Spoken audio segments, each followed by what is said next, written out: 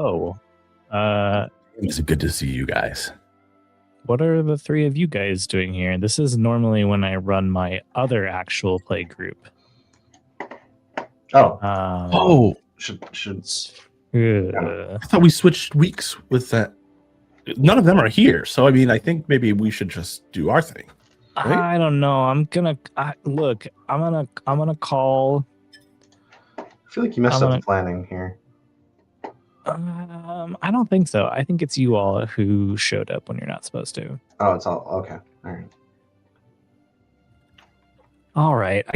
I guess we can play together. It's fine, I suppose. If I have to. Okay. It's been a while. How are all of your holidays? They were indeed there. The holidays did happen. It's true. It did, in fact, happen. Yeah. Did anyone get anything particularly like fun or interesting? Lots of cool stuff. Give something fun or interesting. This is my favorite gift I got for Christmas. Nice. Ooh, dagger art. Nice. I tried to convince my family to play with me, and nobody wanted to. I'm sorry. Hey, Johnny. I'll play with you. Next Thursday, would you like to play Dagger? Or not next Thursday, on February. What's the first Thursday of February? Do you want to play Daggerheart with me on the first Thursday of February? I would love to. It'd be my Okay, genuine let's do honor. it. Let's do it. A pleasure. You're muted, my friend. Nick, you're invited. Steve, you're not invited. Oh, Fuck wow. you, Steve. Oh, okay. All right.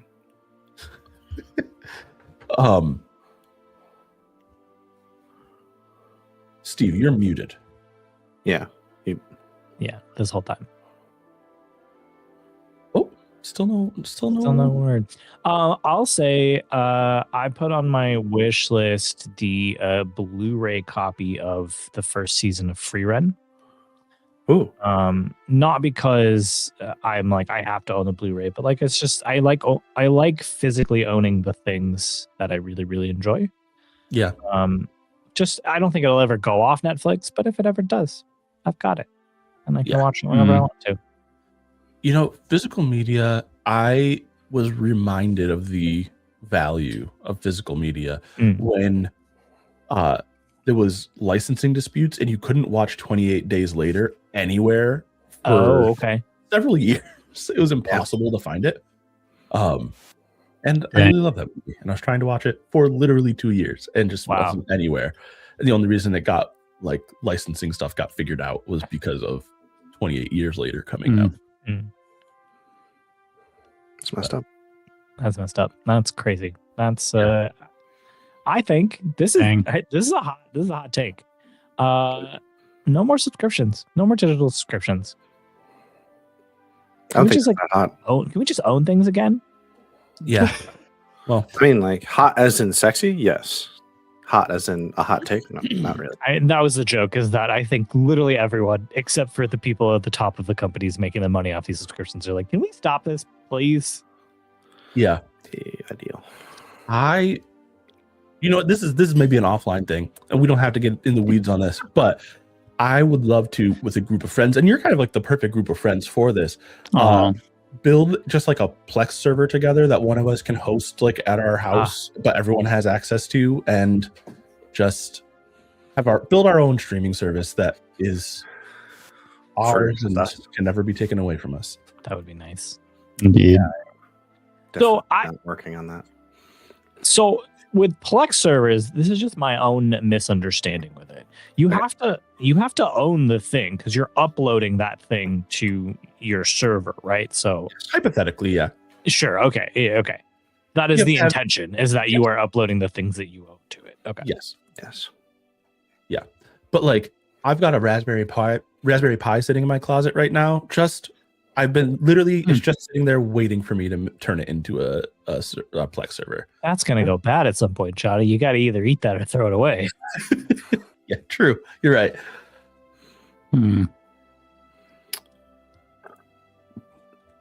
Every time I gotta make that every time someone says a Raspberry Pi, I think that I have to make that joke. It's just it's so funny that we called it. And you should keep making it.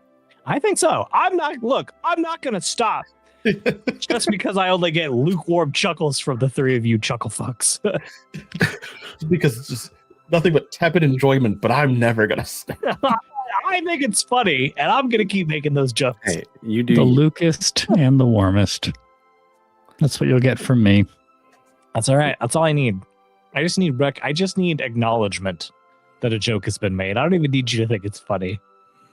I'll just spot it. That was a joke.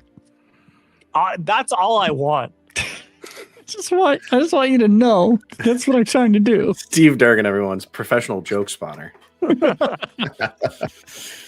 That's a pretty good. It's a pretty good title. I could rock with that. I went to college with a girl who did not laugh at jokes ever. She would just really. No. Here's the thing. She had a sense of humor.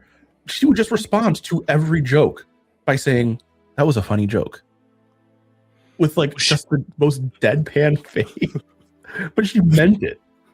That's psychotic. That's a little intimidating. I'll say that. She was a very intense person. I have to assume. I would be terrified of her. And I think the parts that are wrong with me would want to make her laugh even more. Oh yeah, no, I think that same part is wrong with me because that was basically my mission. Like, anytime I'm I was gonna around make her. them. That's why anytime I made Monroe laugh. Anytime I made Monroe laugh, I was like, yes, that was a good joke. I'm doing good. I'm doing good. Yeah. No, that's a high bar to clear. So it was. Yeah, it's a challenge.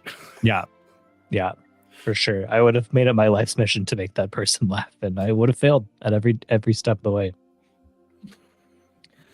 That's the kind of thing, though, where you're like, you try to get a laugh out of someone for a long time, and then you do something that's objectively not funny. Yeah. And then they laugh at you, and you're like, does this count? Was the whole journey worth nothing? No, it does count, because then you know what types of things they find funny, and you can start tailoring your jokes and your humor to that. Yeah. That thing. No, but let me tell you, I know that you understand this, Justin, but when you have like a whole cafeteria of people laughing at something and just one person is still not laughing, none of the other laughter means anything. You're just focused on them. You're like, damn it. How did I not make you laugh? They're so powerful. I don't understand. That was actually an interesting experience I had in Vegas. My buddy is trying to do comedy. He's trying to do stand-up in New York. And so we found an open mic night for him and the guys in the bachelor party to do their sets. And it was just like incredible to watch. A lot of people trying stuff out. A lot of people varying levels of experience. Overall, it was a pretty great show. But you definitely can't be deterred by the one who's not laughing. Yeah. Because there was many who just kept going after getting no laughs. So, which I just leave. Like if I told the joke, I don't think I could do that. I wouldn't quit the set. I'd leave Vegas. Like I'd leave the city. Yeah. You'd be like, I'm good. I don't know. Keep the chips that I've given you. It's fine. I don't need them. Yeah. Though, I think I learned that when I was doing a lot of public speaking, when I still existed in church world, that whether it's humor or not, whether it's whatever it is that you're doing, sometimes the person who you always find who seems to be the least engaged with what you're saying can be actually like the most engaged or the most like entertained. And they just aren't a person who shows it. Mm-hmm. That's fair. That's so fair. Yeah. Speaking of, I hate it. I feel like when you write sermons, you have to insert humor into them. That's what they teach you nowadays. Like, you got to add little jokes and whatnot. I hated doing that. You have to be funny, or they won't listen. I hate it though. Like I'm very much of the mindset of like the jokes that I make are organic and situational, and like I couldn't do stand up because I don't think I could write something funny. Planned jokes are hard, huh? Yeah, for me. And so like I hated trying to be funny in the pulpit. It was the worst. Hey, a lot of professional comedians never write anything funny. True. No. It's true. I'm not saying that there isn't a path. A lot of professional comedians never write anything. They just steal jokes from other comedians. Yeah, it's true. Yeah, looking at you, Amy Schumer. Yeah. Dang. Let's Don't worry, she's not listening. play. She's not. Let's play D&D. That'd be crazy if Amy Schumer was We listening. hard cut to Amy Schumer just being like, "Fuck you, Johnny," and then just stop listening. Just go on Cameo. Spend $100 on her filming just that so we can insert it in the edit. Anyway, we should play D&D. Yeah, let's play. We should. It's been Where's a while. Danny? Oh yeah. So Right. listeners, I ate Danny. No, why, Justin? Why? I was hungry, Steve. That's what happens. Eat We've food been when you're saying for hungry. years I could eat an entire Danny, but we didn't know Justin wasn't joking. I wasn't joking. Joke spotter fail on my part. That was a threat. No, Danny. Danny is taking a little break from Dustfire Media. He's got a new job coming up, and it is not in the house or the place that he lives currently. Requiring a move. He's got to move for it, and it's a pretty significant move for a pretty significant amount of time. So Danny is going to step away from the podcast for a little bit. And we'll have some more announcements kind of what's coming next for Dustfire Media in the next few coming weeks. So be on the lookout for that. But for now, Danny will not be joining us, unfortunately. Needs to breathe. Does he need to? Yeah. Yeah, come on. Is breathing really essential? It does. Danny. And that's the thing is, I have always wanted to make this a space where, as much as I understand consistency is key to both podcasting and Twitch streaming, I would much rather everyone that's taking part of this feel like they can step away at any moment and can do what's best for themselves and their lives. Yeah. Human-centered. Yep. Appreciate that always. Not World entirely needs sure more of what that. incentives have to do with this, Steve, but Yeah. Well, we can unpack it later. okay. Okay. Oh, we will. But for now, let's play D&D. Dun-dun. Sorry. My chair got caught on my carpet right as it was transition time. D&D. It's been a while. I've forgotten every rule. We never needed them anyway. That's how I play. Anyway. I think I get 3 actions. Most spells are 2 actions. Lyrian has lair actions. No matter where we are. Everywhere. Everywhere. Yes, and every NPC now has unlimited legendary resistances. Whoa, crazy. All right. I think the character's about to retire then. I'm good. I'm good. I don't want to play D&D anymore. No, where we last left off. Let's get a little recap here. You guys were kind of having a bit of a confrontation with Jared and his lieutenants over what you discovered to be a false version of the queen in her chambers, supposedly ill, and you discovered that the queen is in fact on an entirely different plane of existence. This is not the queen here at all. And after the wedding, Jared has now seized power in Celebri. And in the midst of this confrontation, Steve, or rather Lyrian, acquired a incredibly loyal knight servant that she had just pull cards from the deck of many things until he was removed from Reality. The loyalty was expended. Yes. And he was so happy to give himself over to that for you. But over the course of things, you also, Pellis earned through the deck of many things a new keep that he was immediately aware of where the keep was and the fact that it was full of monsters, full of enemies that needed to be cleared out. And so while you were trying to decide what's our next step, what's our heading, where are we going to go, what are we going to do, you decided, why don't we actually just do something simple and take a breather? Let's go clear out this keep, set up a new base of operations, and figure out our next steps from there. And so that's exactly what you did. You went to the keep. You found that it was full of giant kin and a cloud giant, and you defeated them, leveling up in the process. Because it's milestone and I really like an avalanche of power, I had you guys take 2 levels. So Pella should be level 11. Everybody else should be level 10 now. And you guys are kind of charged full steam ahead into this thing. And where we are going to start our session is, it is the morning 2 days after you have cleared the keep. You have defeated the giants. You've gotten rid of their bodies. You've gotten everything started to get in order. You have successfully kind of cleared out the refuse and detritus that was left behind. And now really it feels like the hard work begins of getting this keep into some sort of order and making it livable for yourselves. This particular morning, you wake up, and which of you do you think would be the first awake to check on if all 3 of you are awake, who would check on Poldo, having not seen him yet this morning? Probably Pellis. Yeah, probably Pellis. Yeah, I think that makes sense. So Pellis, you knock on Poldo's door and there's no answer. Hello?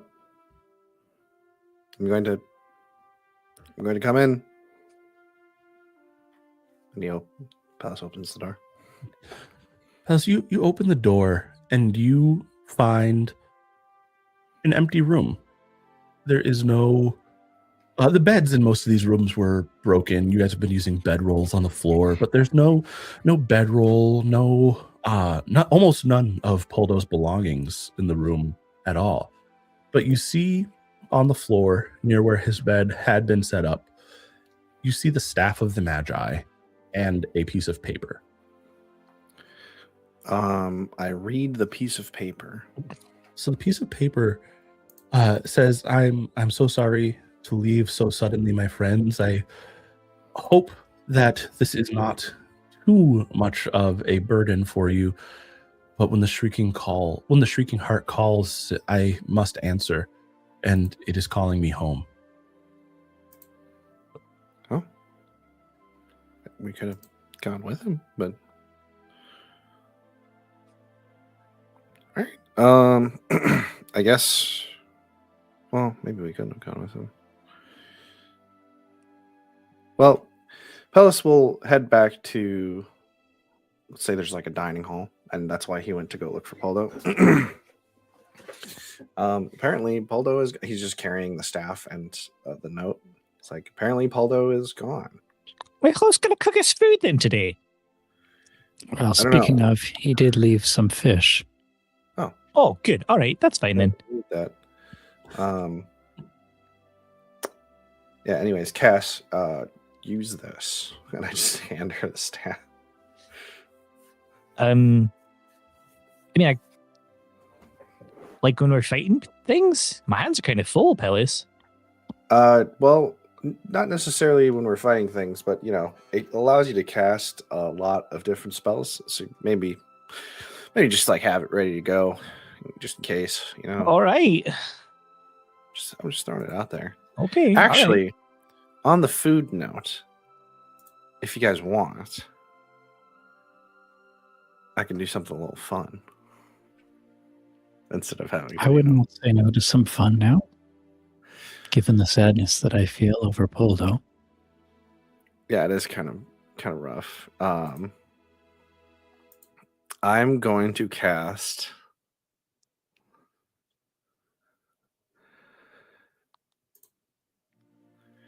I'm going to cast Hero's Feast. Whoa. Because I can do that now. I think it's my only 6th level.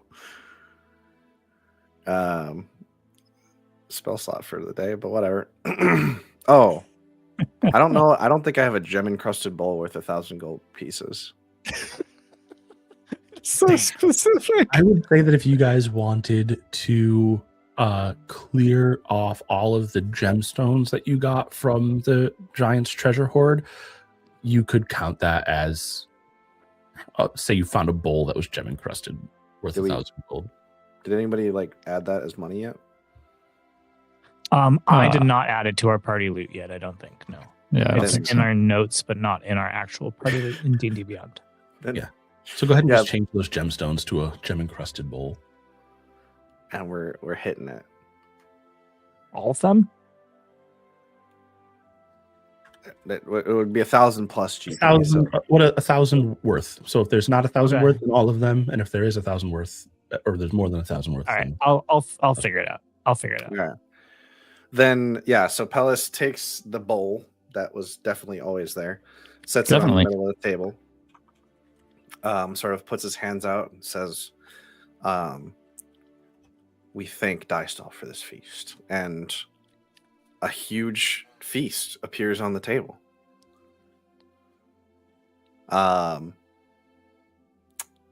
It is a 10-foot cube, or 10 cubic feet worth of food. Up to 12 creatures can partake of the feast, but there's only 3 of us. We have to eat for an hour, but the benefits gain 24 or last for 24 hours. We gain resistance to poison damage. We have immunity to frightened and poison conditions. Our hit point maximum increases by 2d10, and it gains the same number of hit points. Should I roll that 2d10? Should probably roll that 2d10. Yeah. Yeah, for all of us. Who knows if this will last, but it's a lot of fun, so I'm doing it anyway. Yeah. 7. We get 7 more HP for the day. Okay. As you all are... It's not temp HP. It's our max. Your max. So you have to go in and say temporary maximum increase. Okay. I'll take it. I thank you. This is a very kind gesture, and well worth the bowl of shiny gems. Yeah, this is I'm pretty happy with it. Never casted that before. It's a fun one. As you guys are digging into this feast, you hear the sound of hooves outside, coming quickly to a halt near the entrance to the keep, and the clear sound of someone relatively large and armored jumping off of the horse's back. And then you hear the clinking clank of armored footsteps walking into the entrance of the keep. Hope there's enough for me. If not, I've got food in my pack. Jed, you can use some help on your quest if you want to get the queen. And you see Zaroth Bloodblade standing in the doorway. Yeah. Did we finish the feast? Because it literally just disappears once we're done eating. So it's up to you. What do you guys think? I think Pellis says, "Oh yeah, I just finished," and then all of the food disappears. Oh, that was not intentional. I forgot that once you're done eating, once everyone's done eating, there is still fish soup that Poldo had made. It's cold now, but you're welcome to it. Eat it up over the fire. Right. Yeah. Nothing like cold fish soup to make you feel like you're back on the front lines. He walks over to the thing, grabs a bowl, and doesn't seem to be bothered by it at all. Is this the front lines? Are we going to war with someone? No, but why are you here? What? No, he just said I'm here. Help. He's help. He sets his bowl down. His Royal Majesty the King thought that you could use some help bringing his queen back to her kingdom. If you got a problem with that, I can head back. I don't have to stay here. No, it's fine. It's fine. No, just help. All right. Where's your funny little foreign friend? Well, he just left. Ah. Perhaps for good. So it was a lost cause. But I'm here now. The cause is found again. Bellis, what cause is he talking about? He means finding the queen. So we're just going to be casting some plane shifts today.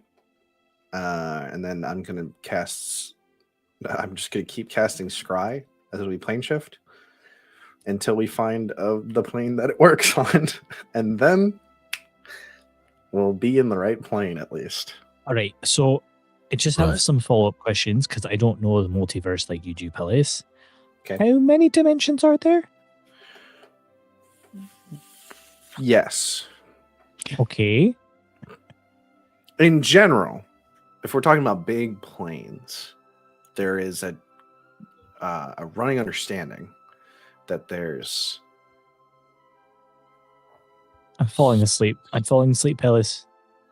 Lucera's been to 13. That 13? No. Well... She said there's more. There's probably like 20. It kind of depends. Okay. Some argue that the planes, the outer planes were like, like chaos. I don't care. How many? Well, we're gonna start with 20. We're gonna start with the inner planes, and that's like 6. So. Okay, but Lyrian, doesn't your portal just send us to a random plane? Yes, we could use this. Oh, I wanted to use the staff. I'm pretty sure it allows you to cast plane shift. Staff of the Magi. 7 times, yeah. And this would enable you to choose the plane, no? Yes. That's For 7 charges, rather. Cost 7 charges.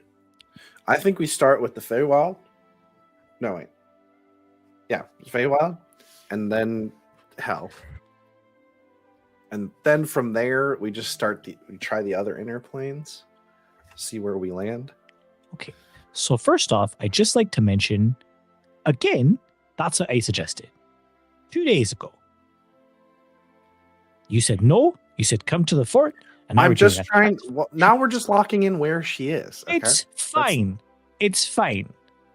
It's a running theme where I suggest something, you all say no, and then a little bit later, you all say it's a good idea. It's fine at this point. Well, I'm used to it. I'm used to it. I'll just suggest things and know that at some point in the future, you'll eventually come my way.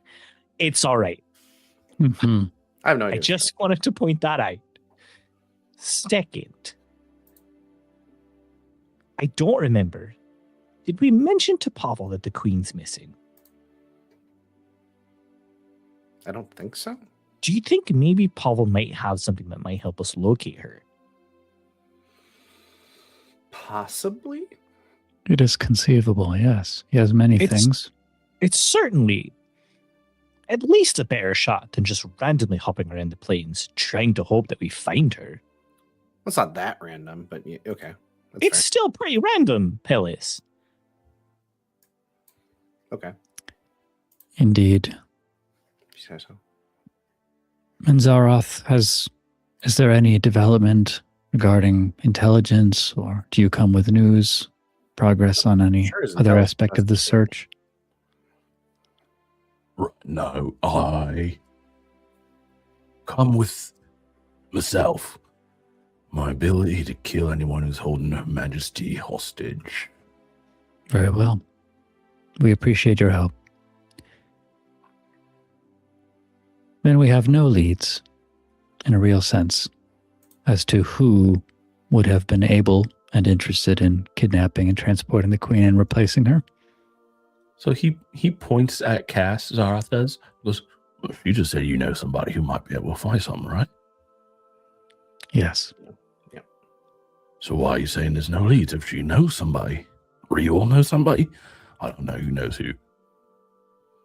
We all do. Yes. Let's just try to call Pavel. Larry? Well, do you still have a way to contact him directly? It was left in a sort of realm of mystery. What's that? You can cast what? I can just cast message. If he's on our plane, right? I don't think message has that limitation. Ah. I could cast message to the queen. Wait, let me double check that I'm correct about that. Wait a second. I get the feeling that you sort of need some anchor, some way to actually tether. I think you have to just know the person. I just have to know them, I think. Yeah. Did you and ever we meet have the queen? met the queen once at the wedding. Yeah, we did meet her at the wedding. Yeah. That counts. That'd be crazy.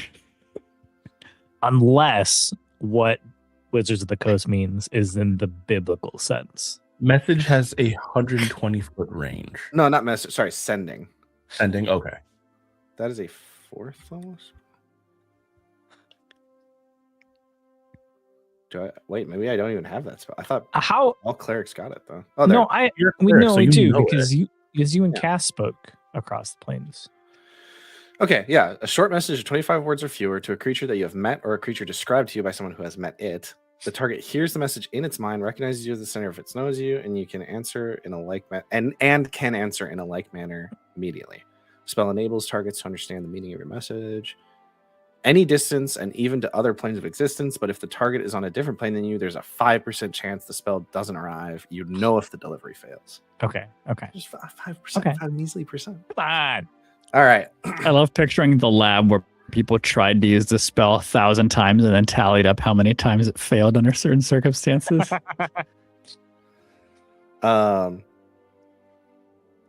Wait, do I always? Oh, I think I actually always have it prepared. It's just that I have the legacy version prepared. Mm-hmm. I don't think it matters. Well, that only contacts legacy queens. So, well, she better be a legacy queen. Whatever.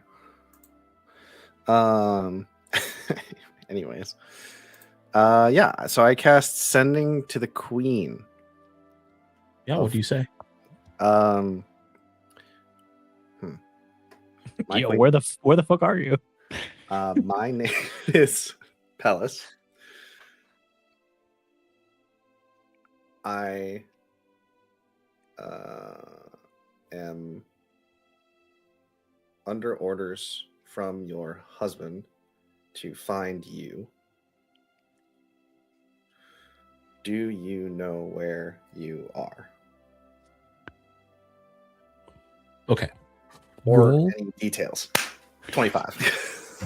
I actually think you had a couple there. I think you overcounted, but that's okay. Yeah, cool. Yeah. Go ahead and roll a percentile die. Okay. And I'm going to say if you roll 50 to 55, it will be that's the failure window. Okay, that's a fun failure window.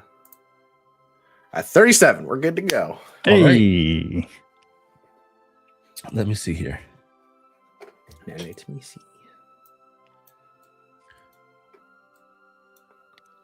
You hear back after a moment in your mind. I'm not sure where I am. Everything here is chaos. There appear to be malevolent creatures of great power. Much is dark. There is no sun.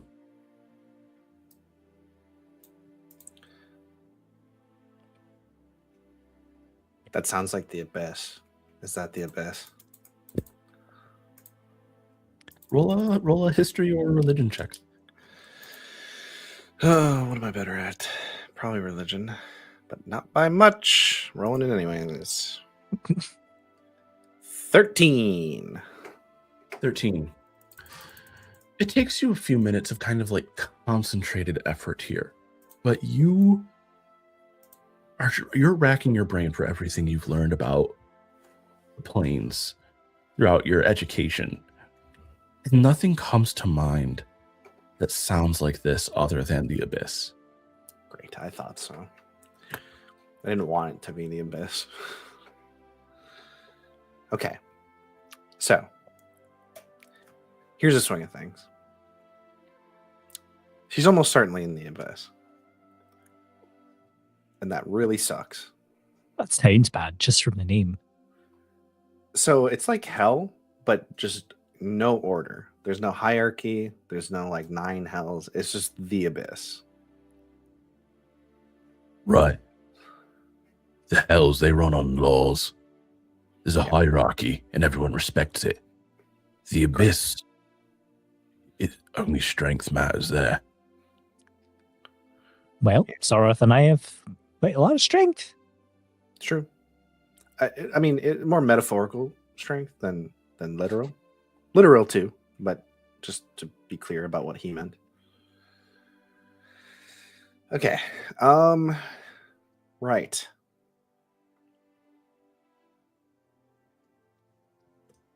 This is gonna be hard. This is gonna be a rough time. So, does this also imply to us the sort of being who would have taken the queen?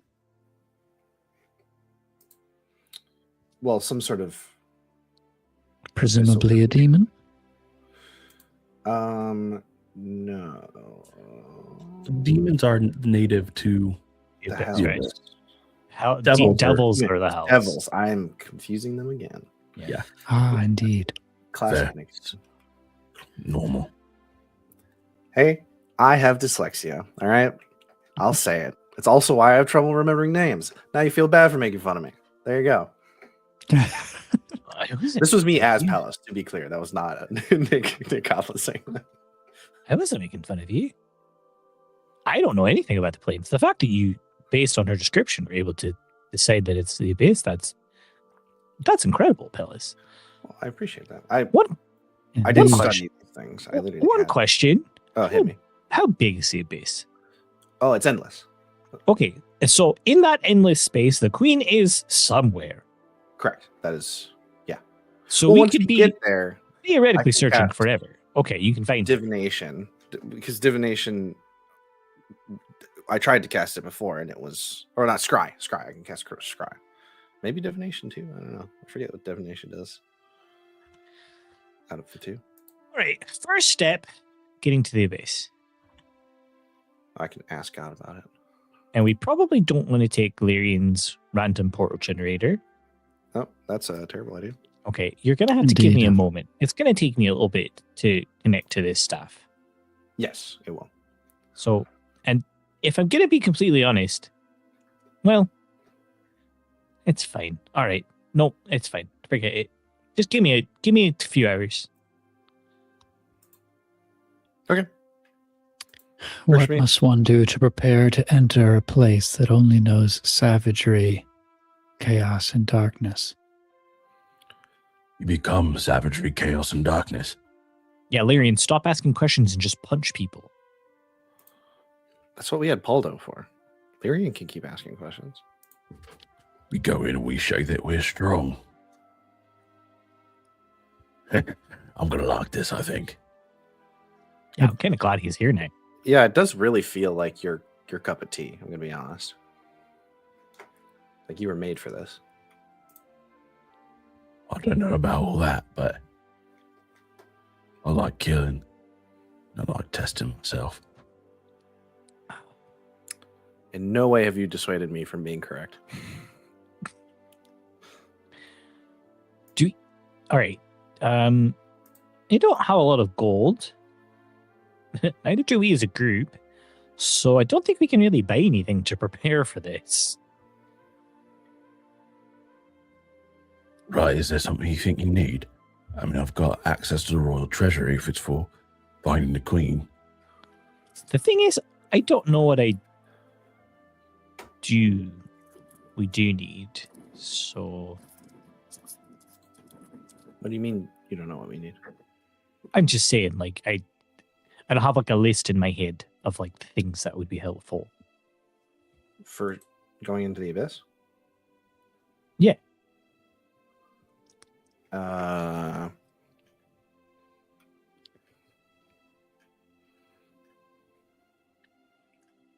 Probably me preparing holy weapon. Hmm. That might be nice to have on hand. It is hard to say, Cass. Perhaps there is no preparation beyond simply having the best of everything you can manage. Armor, weapons and so on. All right, then. I guess you just go. Do we wish to consult Pavel in any way?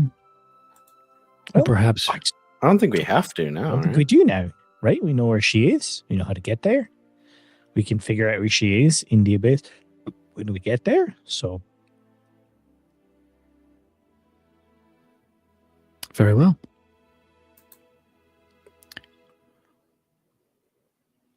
In we go. Oh boy. So I will take the necessary time to attune to the staff of the Magi. I will unattune from my Iron Stone of Mastery. Okay. Which is a little unfortunate, but Mm-hmm. when you need to be out here, you know? Yeah. When you got to do this thing. That thing. That thing. Is a staff two-handed? Can it be held in one hand? It can be held in one hand. Okay. All right. Also, Perfect. only need to hold it when you are casting spells. I know, but because I have two weapons, all the like switching them back and forth, I don't know if I can do that action economy wise. It doesn't cost you anything action economy wise to switch weapons. Oh. Yeah, they changed that. Okay. All right. Great. Good to know. At one time, it did cost an action to pull out a weapon after the start of combat. I don't know if that was always true. Maybe that was wrong. Maybe I'm wrong. Well, Pretty sure it's always Here we free are. to draw a weapon. here we are. Yeah. Here we It's are. an action to stow a weapon, so technically you have to just like drop it. Oh yeah. Yep. You're right. It's sure. Okay. I'd like- Yeah. Who cares? So I would be able to start with a spell and then I'd have to drop it or okay. Yes. Yes, true. Alright. Sounds good. Okay. Also, Johnny, I think you said that it had 43 charges, but it regains charges every day. Oh, okay. So I rolled for that and it's back at 50, but then I'll immediately spend 7 charges to cast Plane Shift. All right. I've never done this before. So give me a moment. God, I really hope we make it to the abyss. And Cass starts swinging the staff around and like a little bit more confidence. I've never done this before, Phyllis. I don't know what a success looks like in this regards. And, Not dying. And then we disappear. all right, you're not gonna die. Because we're going to go to a very different plane if we die. That's not where we're trying to go. I hope. Oh my God, I hope. I hope we don't end up in the abyss when we die. So you cast it? Yes, I like swing the staff around and like a column of white light engulfs us. We disappear. That column of white light is very quickly swallowed by inky darkness. The darkness seems to fade, and you find yourselves standing in the midst of a ruined city. There is no light source that you can see, but everything around you seems to be bathed in an almost blood red light. And in the distance, you can hear the sounds of battle. You can hear what sounds like the screams of the innocent. And just the ineffable swirling sense of the chaos that calls this realm home. Cool. I immediately do not like this. I don't think we were ever going to. This is literally the embodiment of chaos and evil.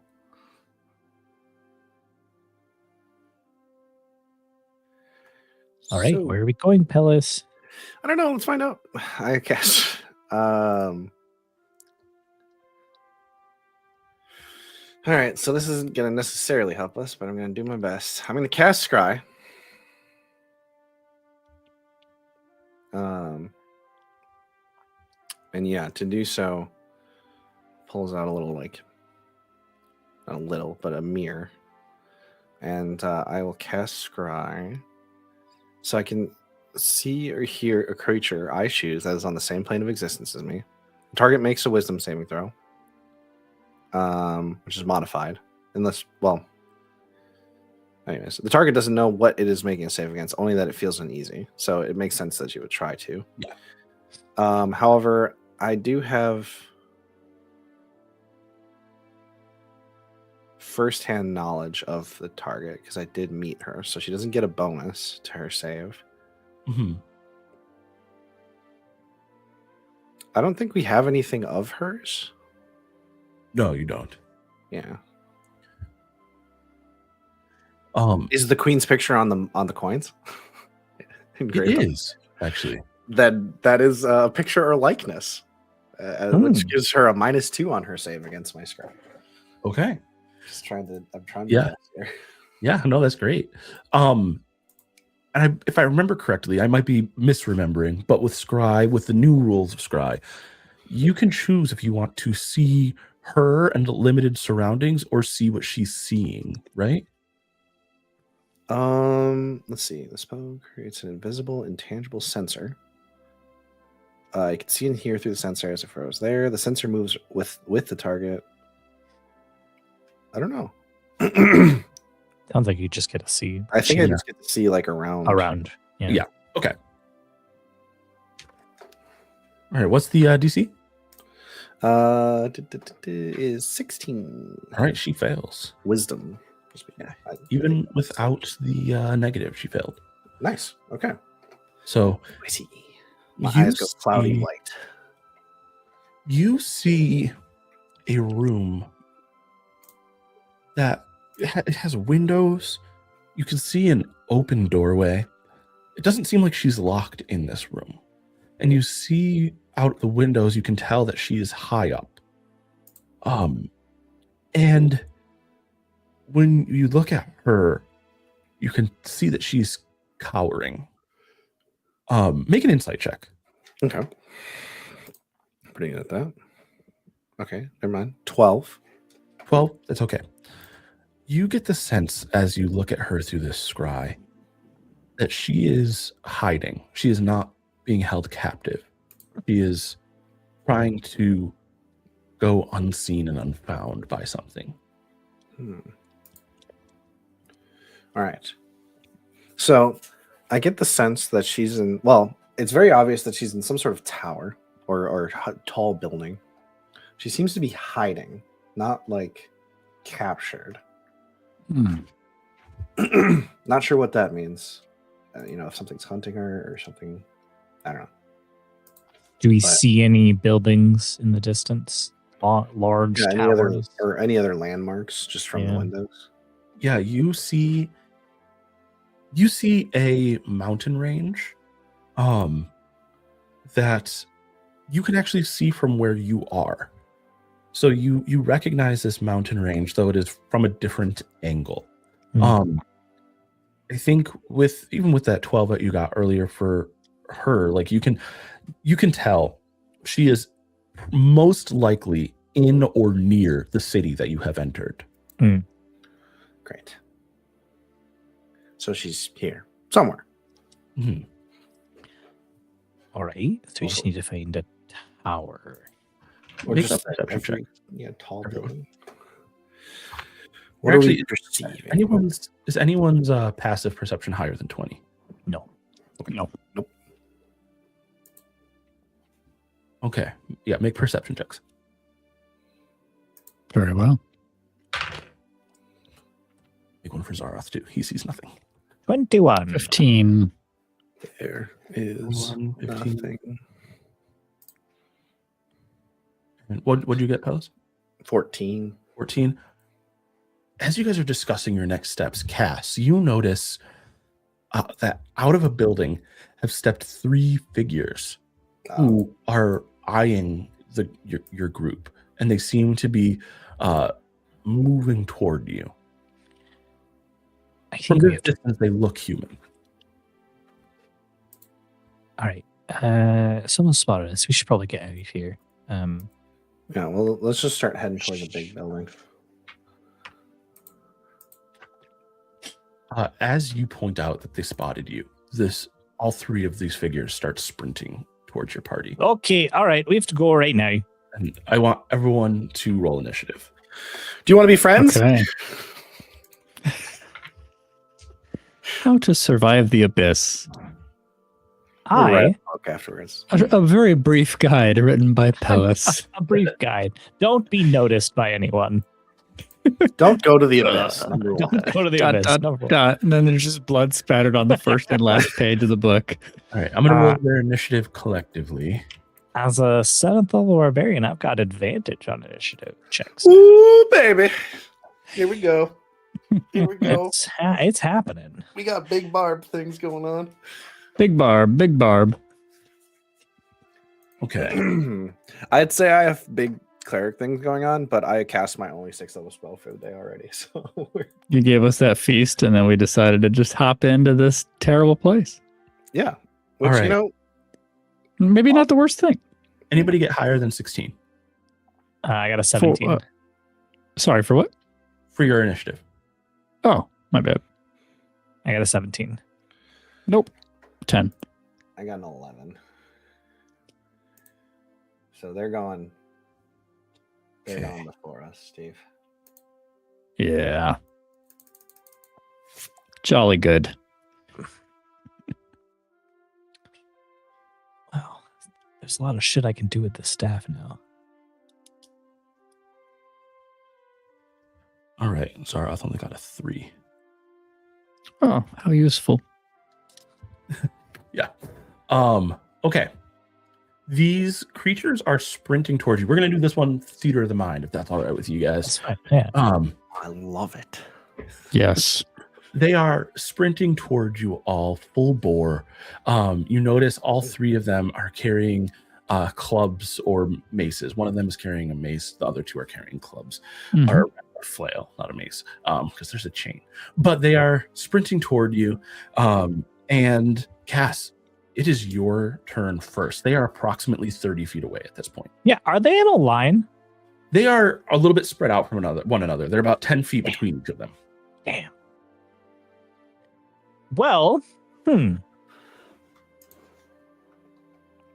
Are they in a line that way? Like if I were to get Horizontal. around, yeah, are they in a horizontal line? We say yeah, they are. Okay. More or less. That's how people charge. Is 40 feet enough to get to their side and get them in a line horizontal? Yeah. Yeah, I've got a 40 feet movement, so I'm going to move around to their fast. horizontal. Yeah. I'm going to move around to their side, and I'm going to use the Staff of the Magi to cast Lightning Bolt. Hell yeah! All right, is there an attack roll for that, or is it just hit? It's a dex. It's a dex save. Yeah. Okay. What's the DC? The DC is 1 second. On the staff. Is it? It's on the staff. Okay. Nat 20 on the save. Okay. Oh, It's still 66 damage. Amazing. that's awesome. Yeah. 66 damage each, not split between them. No, each. Yeah. They all stop in their tracks and kind of like you watch as their backs arch and their arms. Sorry, not 66. 6d6. Oh, oh my gosh! I can't do I anything. was like, that. oh my god, why did I give them that thing? 16. New plot arc. We all try to kill each other for the Staff of the Magi. It's 21 damage. That's 21 damage. halved because they saved, or Is that half? Sorry, do you want me to roll the full 12d6 and then have it? I just rolled. That's okay. better. That's what you should do. Okay. because it's more fun. Yeah. So that's 21. I got to roll 6 more dice. That's pretty good. Also, there's also in general, statistically, Yeah, it's not mathematically equivalent. Right? Yeah. You got to roll all the dice. For a higher roll on the 12 dice that gets halved to a higher damage threshold than rolling half of the dice. Half of 47. Half of 47. So Around 47. Round down. You round up. So 24 damage. 24 damage. All right, hang on. I need to Watch as calculate. 4 grown men struggle with basic division. I thought my response time was pretty good there. Three grown men. But as my mentor once said, never do math in public. That's good. I've really held on to that. It is so true. Great mantra. I'm gonna start doing that. I'm gonna be like, that's a great wake up question. In the morning, practice gratitude, and just keep going. Never do math in public. I am really good at mental math when no one is expecting me to do any math. Exactly. Sure, yeah. I need to do math. It's like, I'm gonna start doing that business thing where somebody asks you a math question, be like, "That's a great question. I'm gonna take this back and think about it, and I'll send you an email afterwards." Yes. Yes. Yeah. Become a cashier, and that becomes your line every time you're trying to give change. Just give me whatever feels right. I'll give me your email, then I'll tell you how much you actually owe later. So you watch again, the lightning courses through all three of these guys, and their backs arch and their arms kind of like tense up at their sides, and they stop in their tracks for a moment, and then as the lightning stops, they all kind of like lurch out of it. Is that the end of your turn? That's a movement and an action. Do I want to rage? I believe I will. I will rage. All right. And rage is appropriate to this environment. Yeah, and because I started my rage, is there someone within 10 feet of me? Yes, one of them is within 10 feet of you. Then they need to make another dex save. Okay. Oh. That is a failure. That's a 2. That is not going to be a ton of damage. It's 5 lightning damage. Okay. All right. At the end of your turn, it is now their turn. The one that you just hit with extra lightning damage kind of comes out of his muscles tensing from the electricity. And with his movement still a little bit twitchy, he turns and rushes at you with his flail raised up above his head. And they get multi-attack, so he's going to be swinging at you 3 times with his flail. Ooh. And Johnny, did you say that these are demons in appearance? They look human. They look human. Demons can generally shapeshift, right? Is that sort of true? Depends on the demon. These are not shapeshifted though. These are this is just what they look like. Cool. So that is a why did I lose my thing? That is a 12 to hit for the first. That's a miss. A 16 to hit. That will hit. And a 21 will hit then too. Mm-hmm, mm-hmm. Okay. So 2 of those connect.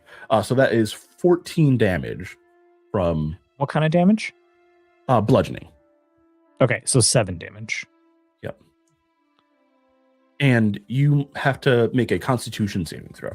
Okie dokie. It's a 15. All right, you pass. You're good. And then that one, he kind of holds his ground. He stays there. He's going to try and like engage with you. Actually, sorry, I messed something up. Let me just do one thing before.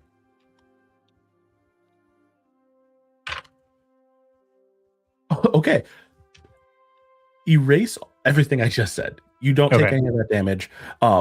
These guys have to roll a d6 on their turn, and if they roll a 1, something happens, and he rolled a 1, and so he's just standing there talking to something that you cannot see. Seems like he's maybe talking to himself, but yeah, he's kind of just saying things to the air. I'm 10 feet away. Can I hear anything that he's saying? You can't. Do you speak Abyssal? I don't know. And you can hear him, but you don't understand. Okay. All right. Perfect. Okay. That's talked.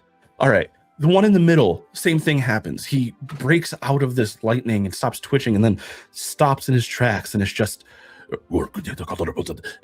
saying things to the air. But the last one rushes forward, and I'm going to say, let's see, he's going to attack Zaroth. So he swings his club at Zaroth, and there's a lot of me alone. That doesn't hit. Both of those. Wait, does that one hit? That one doesn't hit. Last one does hit. So he hits Zaroth for 7. Zaroth needs to make a Constitution save, and he saved. So Zaroth takes just a itty bit of damage there. He'll be fine.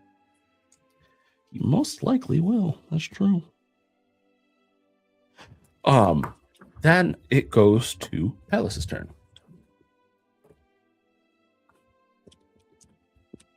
You are muted, Nick. Said, all right. So there's 3 of them. I think, yeah, for now,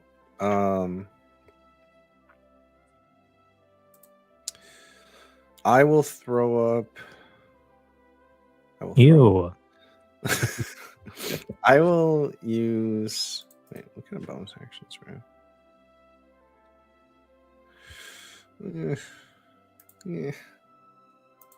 Yeah. I will. Sorry, I'm really having trouble deciding here. It's okay. We believe in you.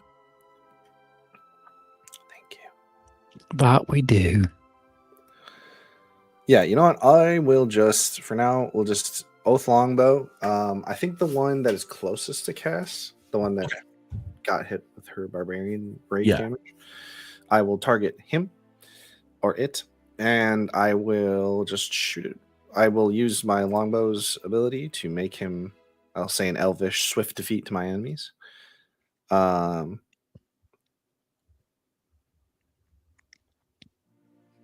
swift death to you who have wronged me, I should say. Sorry. Oh my goodness. And then, yeah, I get advantage. So let me roll that hit. 24 to hit. That'll hit. Okay, and then I do 1d8 plus 5. So that's 9 piercing plus 3d6 bonus damage to my sworn enemy. That's 11. So 20 total. That's easy math. Cool. All right. He gets hit with this arrow and flinches and looks up in your direction and lets out this low sort of growl in your direction. Just anything else? Okay. Yeah, sorry.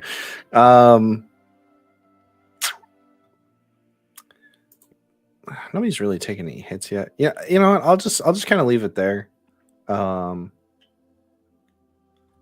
Yeah, I'll just leave it there for now.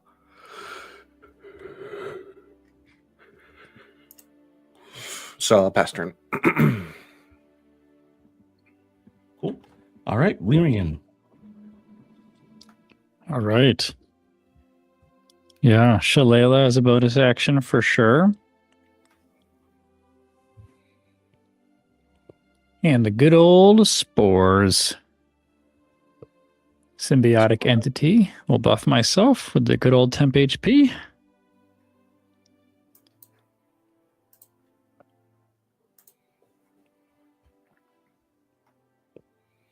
And then otherwise, Lyrian will just sort of stand behind or position behind Zaroth. She wants to see what he's made of. Just flesh. And let him take the brunt of these unknowns and their potentially horrible power.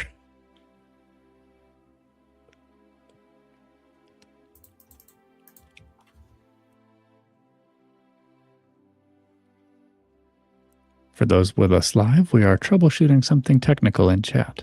Not technical, game mechanics wise. Yeah, that's what I mean. Technical as it relates to the game, not the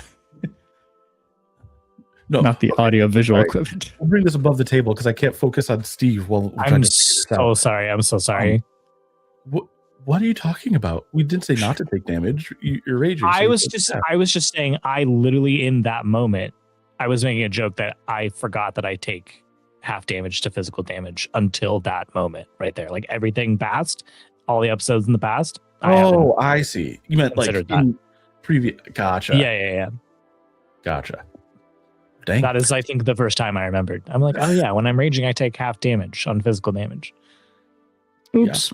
Yeah. Oops. Guess we just gotta play BG3, y'all. Yeah. All right. Sorry, Lyrian. What Lyrian is stepping behind?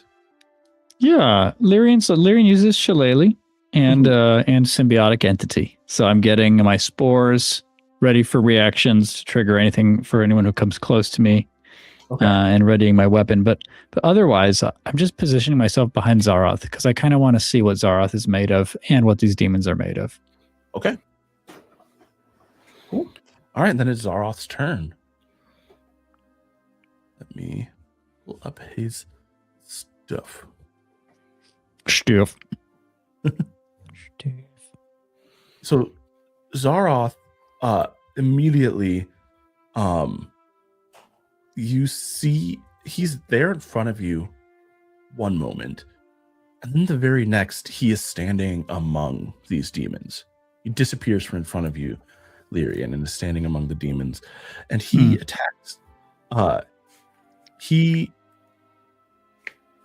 goes ahead and where is his weapon? There it is. He's going to swing, and you watch as he swings in this wide arc. And his sword is large enough that this arc he can hit either of the two demons that are not engaged with Cass. Nice. So that is both of those are hits. So he deals 32 damage to each of them. That's a lot of damage. That's a lot of damage. Yeah. Go Zaroth. It's a spicy meatball. That's a spicy meatball. And then he's going to attack again. This one can't be stopped. And he hits both of them again. Dealing, I'm just using his averages, so he's dealing another 32 damage. And you see these two guys on either side of him are absolutely haggard. But that is the end of his turn. I'm going to say it. I like Zaroth more than Poldo. Don't say that. No. It's messed up. It's messed up. I don't even care that you broke your arm. All right, it is Cass's turn. Cass will drop half of the Magi, take out her other scimitar, and will move up towards this other one and go to town. All right. Couple like dual slices. Well, let's just attack with the first one and see if I can kill it. Yeah.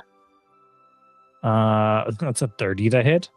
I think that's gonna hit. Yeah. Yeah, I think that's gonna hit. Pretty sure. It is only 14 damage. Only 14 damage. Okay. Is it still up?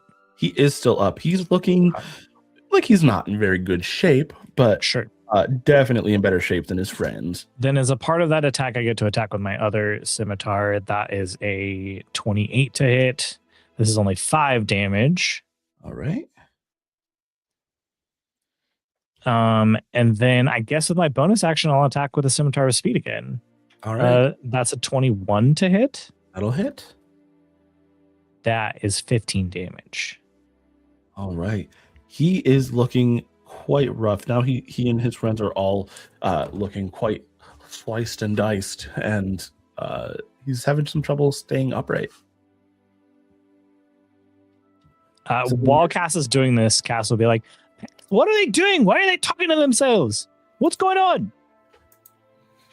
I don't know, man. We're in the abyss. All right. They're just everything's evil. Almost everything's hopefully not calling upon something worse. Then kill them faster, Lyrian. Help us. Right. All right. We'll go to their turn. So the one standing nearest you, Cass, remains still, speaking to himself. The tortured existence of creatures in this plane. That makes me more concerned, if I'm going to be completely honest. Yeah. The third one remains still, speaking to himself. Pellis, it is your turn. Oh my goodness. I'm the one that Cass just did a bunch of damage to. I'm going to attack. Okay. He's still my sworn enemy, so I get advantage on my bow attack. Okay, 25 to hit. That's a hit. Okay. 10, and then Oh, 11 again. So 21 damage this time. All right. Your arrow connects and he falls to his knees, still his mouth still working, though no words are coming out, and then he falls on his face at Cass's feet. Ugh. I didn't like any of that. Mm-mm. All right. Is that anything else for you, Bellis? I don't know. Fear. Discomfort. Maybe slight indigestion. Definitely slight indigestion. All nauseous. Cool. Lyrian, it's your turn. There are only 2 of them left standing. Yeah, I mean, I will walk towards the one that was in worse shape. Is this the one with the flail? I forget. They are in equally bad shape, and the one with the flail is dead. Very good. Then one of the 2 will work for me. I'll take the one closer to Cass. Okay. So that is the middle one. Go ahead and attack. Yep. And I will slash out with my scythe, imbued with the power of these epic spores. But I'm no match for the damage that others can deal. What's that, Justin? Is it when you start your turn with someone in range, or is it when someone becomes in range? Because aren't you symbiotic entity right now? I am, but to trigger the thing, like the damage, is a reaction. So it's either they start their turn within the space. Okay, perfect. Or they walk into my space. So as I walk into their space, I don't think there's any trigger. It doesn't do anything. Yeah. I just get all the temp HP in the world. I get 40 of it, but I'm just, yeah. All right. Let's do a little swing here with this shillelagh device. Still. Okay.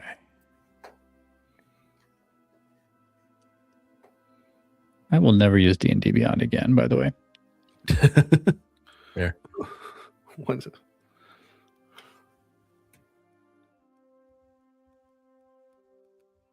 Gosh. All right. I'm just going to.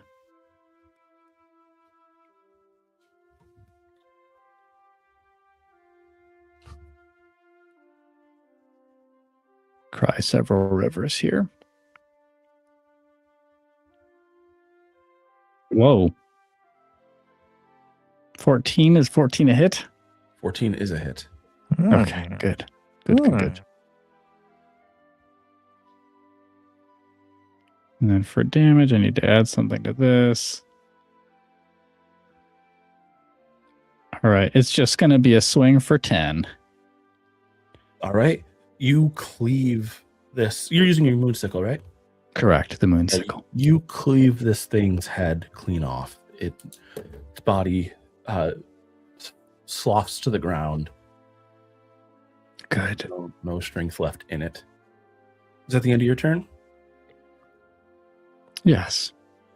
All right. Zaroth smirks as you do this and turns to the last one remaining and lifts up his sword and swings for a natural 20. It doesn't really matter. Natural 20 means he does 64 damage, and it had 2 HP left. So I think that's massive damage rules. Yeah. So this thing is like, it is dusted. Yeah. He swings his sword and pieces of it go flying in various directions, so as you can no longer even see any of its upper body. Coming out of her rage, Castle pick up a staff. Sorry. Before anyone does anything, you hear footsteps, and then a crash, and then the beating of wings. And you do not feel yet like combat is over, but I am preparing my map. Okay, perfect. All right. Because I think it'll be helpful for you guys. Players. Goodness. Good. An ominous feeling washes over you.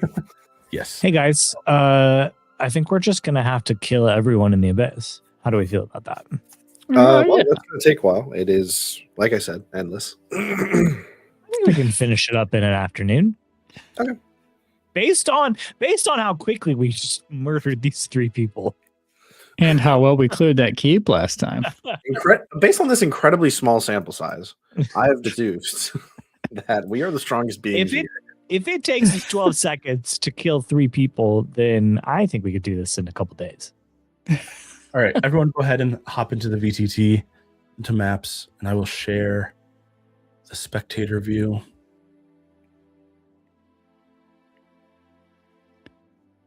Very well.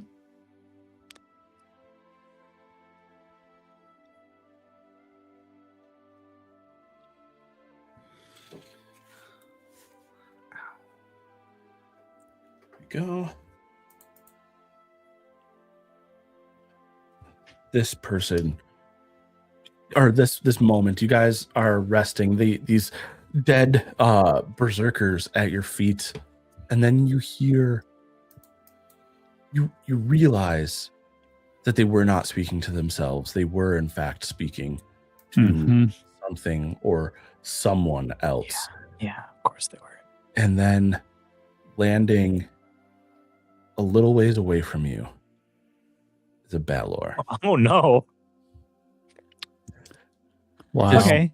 is a creature that seems made of stone and fire. Yeah. One hand, it wields a great sword of lightning, and the other, a whip of flames. And it looks between the 4 of you and lets out a fearsome roar. Has anyone considered offering themselves as servants of Balor? Or a Balor in particular? Yes, and if you're still having trouble picturing, especially for you listening at home, picture the Balrog from Lord of the Rings. Quite literally what this thing is based on. Yep. They just couldn't use the name because copyright. We are back all gonna die. Our initiative order. The Balor will come in at the bottom of the initiative. So it is arriving, but it does not get a turn until each of you have gone again. Okay. Okay. So we're at the top. Do you estimate that we should flee this beast? Flee? What will we flee for? This is an opportunity to prove that we're strong. To the rest of you, do we not think we might escape this place to find the queen? Lyrian, it's about strength there. Stop trying to squeeze your way out of things. Help us take it down. Honestly, Lyrian, I don't think we can get away from it. Those wings are really big. Very well. That's So, legit. Cast. This thing's really fast. Okay.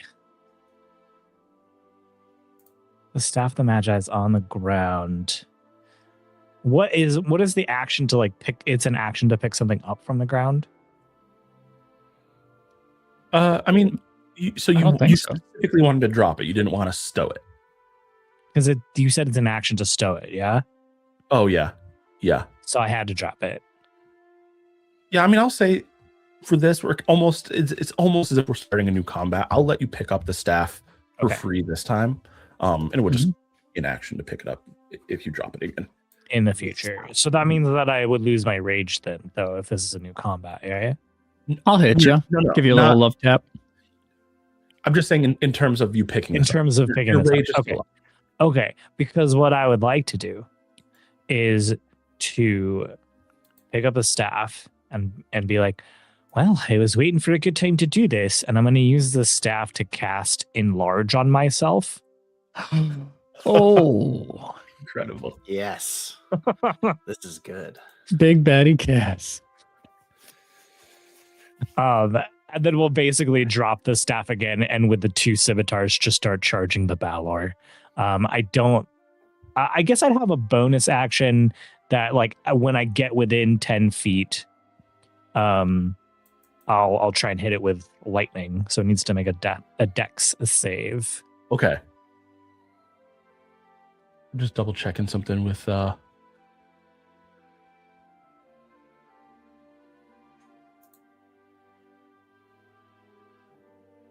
So you have advantage on strength checks and saving throws. Your weapons which I already have. It's just an extra D4 in my weapons. Is pretty much because I already have advantage on strength checks and saving throws. Yeah. Okay, so this thing has to make a dex save. Yes. Okay. That is a 14. That is I believe, one second. Is this not showing up here? That's a pass. So it's just 3 lightning damage. Okay. It is resistant to lightning, by the way. Do we know that? No, but Johnny does as Yeah. GM. Technically your characters don't know that, but Yeah. We don't have intimate knowledge of this plane. At least Lyrian doesn't. You don't know what Cass has done. you watch as you do this, and it seems like some of the lightning is almost diverted into the sword made of lightning it carries. Yeah. Oh no! Don't hit it with lightning. Noted. Is there anything else? I'm gonna just immediately nix fire as well, just to throw them. Good call. Let's just take certain elements off the table. Yeah, I just wanted to get that in right away. No, that's move action bonus. So I'm done. All right. Then it goes to Pellis. Okay. I'm afraid. Be very afraid. That's okay. I'm going to. Oh God. I'm going to cast. What am I going to cast?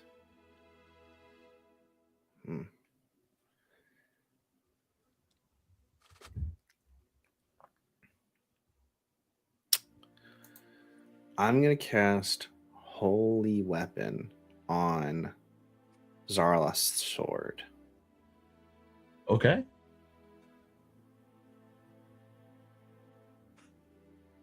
What level am I going to cast it at? Wait, it doesn't get anything when you scale it, so I'm just going to cast it at 3rd level. Wait, 4th level? What does it do?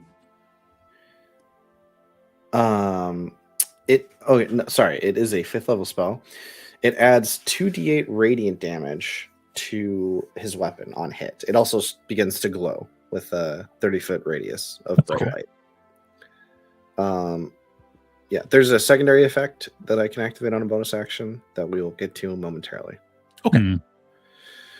For my action, though, I will use one of my uses of my emboldening bond, and I will bond all 4 of us. So as long as we're within 30 feet of another emboldened character, we can, or another bonded character, we can add a d4 to our roll, and any character within the bond can take damage. Take a hit. Yeah, yes.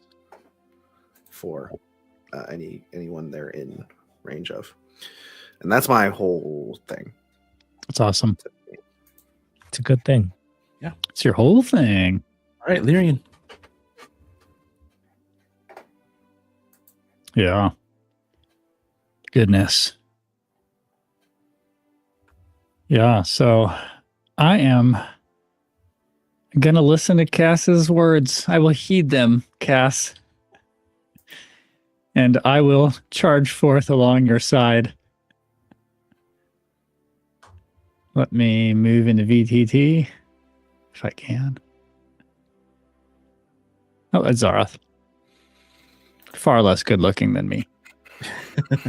Not to be confused.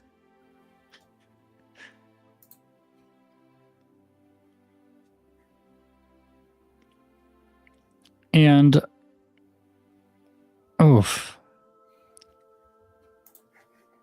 I do think a spell makes sense here. I will cast Moonbeam All right. So a silvery beam of pale light shines down in a 5-foot radius. A big cylinder kind of cutting through into the sky. And point in range will, of course, be where the Balor stands. Of course. And that beam will hang around for a while, hopefully. If my concentration's not broken. So what does it do? It will. You have to make a con saving throw, and then we'll find out from there. But on a failed save, you'd take some radiant damage. Okay. All right. Con is a plus 12 to save. So that's a 30 for his save. Oh my god. Yeah, I mean, that's a success. Is that a pass? Yeah, that passes. Oh, man. Let's see. So you take half damage on 2d10. Okay. I'll roll those.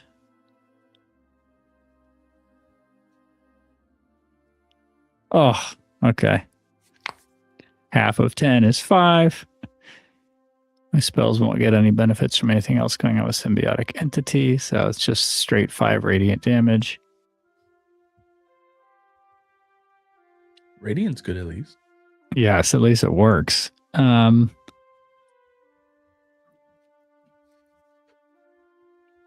So if you do not move, the same thing will happen next turn. Okay. Yep. And as far as bonus actions, let me see if I have anything that I can cook.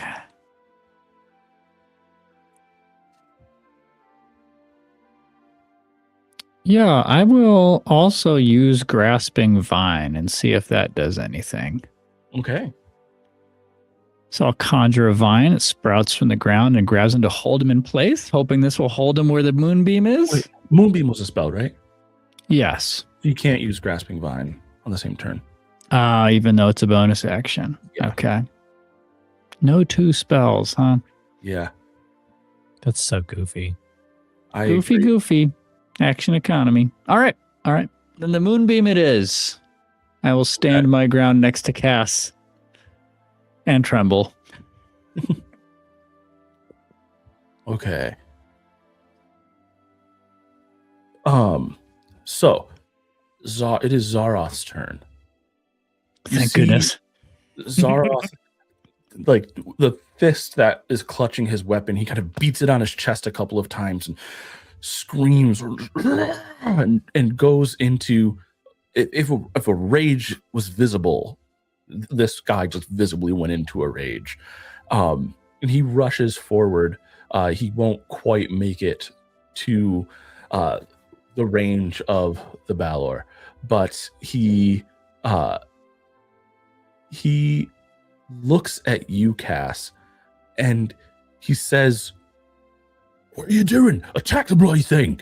And he's using an ability that he has called Command Ally. You can use your reaction to attack the Balor. Ooh. You don't have to ask me twice. You have Yeah. advantage on this attack. Oh, that's good. That's so cool. And it's giant Cass. A 25. That'll hit. That is going to be Sure hope so. 14, 16 damage, 16 lashing damage, if that matters. 16 slashing. Okay. And don't you do extra damages in enlarged? I added a D4. Okay. Yeah. Okay. It's just a D4. Yeah. And I'm sorry, I zoned out for a second. Bloodblade, did he attack yet, or did He has not been able to yet. Okay. That's why he commanded Cass too. Got it. And then again, I need a mark. That was those. Because he only gets a certain number of using those. Okay. Think that will be the end of Zaroth's turn. It is now the Balor's turn. It turns toward you, Cass, having attacked it twice now, and it is going to swing at you with its lightning sword. I want that sword. Natural 20. No. Oh. It's a one? natural 1. No. So it's still technically a 15. I don't know if that hits, but it's a 1, so it misses you. That's excellent. And on that swing, I think like you are still deceptively fast, and you're able to kind of like move out of the way as it swings at you with its lightning sword. It is not used to it, but it loses its footing so much so that it is not able to take its second attack, and that is the end of the Balor's turn. I love it. Oh, yes. Yes. Back up to you at the top of the order, Cass.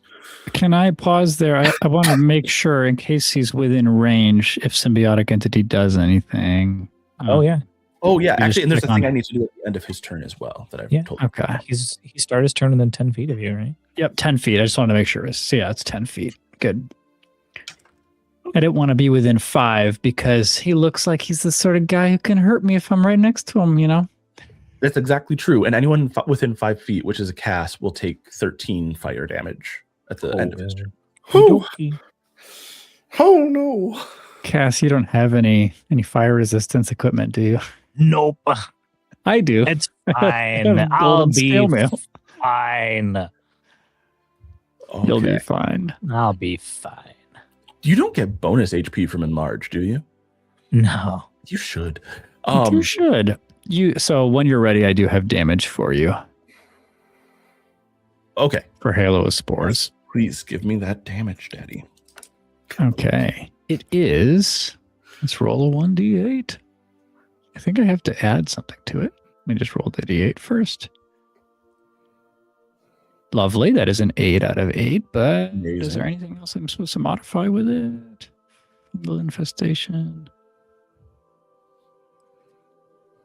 I thought there was an additional 1d6 necrotic damages for melee attacks while I have this on, but nothing else. I'm supposed to roll double damage for Halo Spores.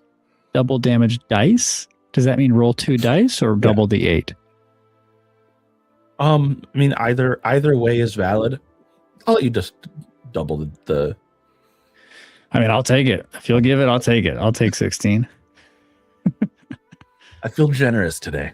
Thank you. Is that because we're being attacked by a giant ancient evil? Maybe. 16 damage for you. Maybe. Just for starting near my fungal spores. All you right. red hot beast. Now we are back at Cass's turn. Sorry, Nick. I'm sure that had the ring of a compliment, but it was not. No, I liked it. I'm just gonna swing. I'm gonna swing. Brilliant. Gonna swang. That is I mean, that's gonna be a hit. That's an 18 on the dice. An 18? Yeah. Plus on the dice plus 15. I don't want to do math in public. Yeah. Well, if it was just, it might not have hit, but I didn't know it was a plus 15. So. Oh yeah, no. That's why I was trying to communicate. Like, no, if I roll that high, I know I'm gonna hit. Gotcha. That is 18 damage. All right. What kind of damage? Slashing. This is all going to be slashing damage. Okay. Slash. A 29 to hit. That'll hit. That is just 4 damage. And then with my bonus action, sorry, wait, no, that's 6 damage. 6 damage. Okay. Yeah. And then with my bonus action, I will swing again. That is a 29 to hit. Mm-hmm. That is 18 damage. Okay. Very nice. Yeah, you guys are watching as the stony, scaly surface of this thing's flesh is being rent open in various spots, and you are seeing this like molten interior more and more exposed. Okay. Nice. Hellas there. All right. I'm going to use my bonus action to release Holy Weapon. I was hoping he'd get an attack off, but not a huge deal. This was always my goal. Each creature of my choice that I can see within 30 feet of the weapon must make a Constitution saving throw. So just the Baylor. Okay. Oh, sorry, drops that. Is this a magical effect? Yes. Okay. I'd have to assume. Okay, that is a 24. Okay, that's a save. So it still takes half damage. Half of 4d8 damage. Nice.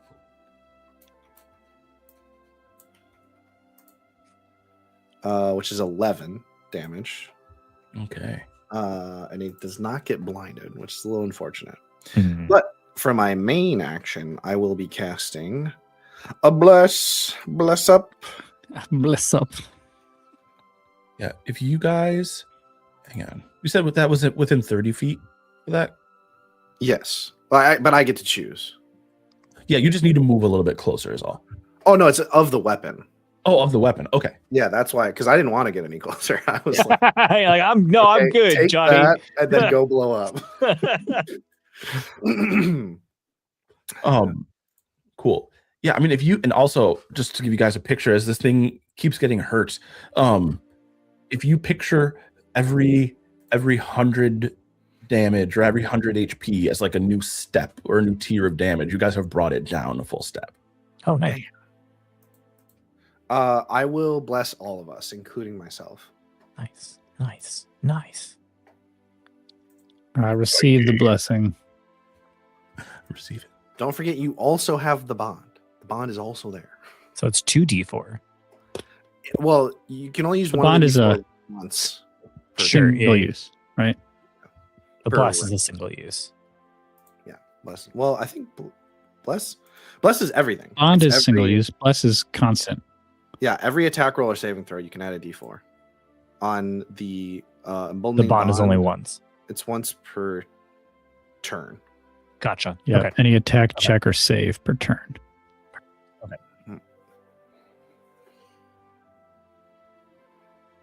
And Johnny, I should have at the end of the Balor's turn rolled for damage on Moonbeam. I didn't realize it was at the end of its turn. Oh, okay. Go ahead and I'm going to do that now, or okay. All right, you can do a con save again.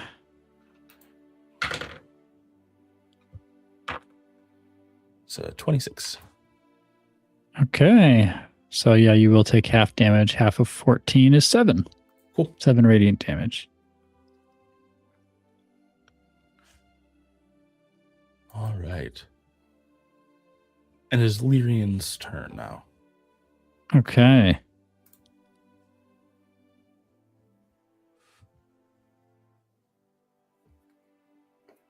What to do? Simply sustain the beam, I think.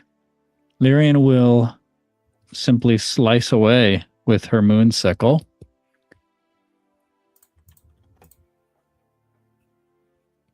And I'm going to use that D4 on the attack, because I'm pretty sure I'm going to need it. But I don't know. I haven't tracked exactly what the to hit looks like. Attack.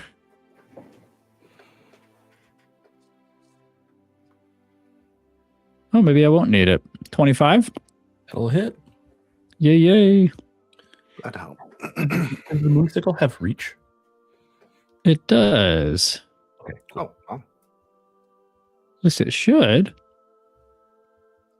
5 feet reach. Is that usual, or is that's just usual? This Isn't is it? you need That's to move normal. a square closer. Oh, I would have to go into the danger zone, huh? Mm-hmm. Okay. You could poison spray from there instead. No, I'll move in. I'll move into the zone and see if anything happens upon entry. You know, just merely standing next to the Battle Lord do anything to hurt me? Nope. Great. Yeah. So I'll make that slash and let's go for damage. Come on, Dan. And we're going to add an additional D6 to this for necrotic, if necrotic works on him. Okay, so we're doing 12 if the damage is not resisted. It is not. Excellent.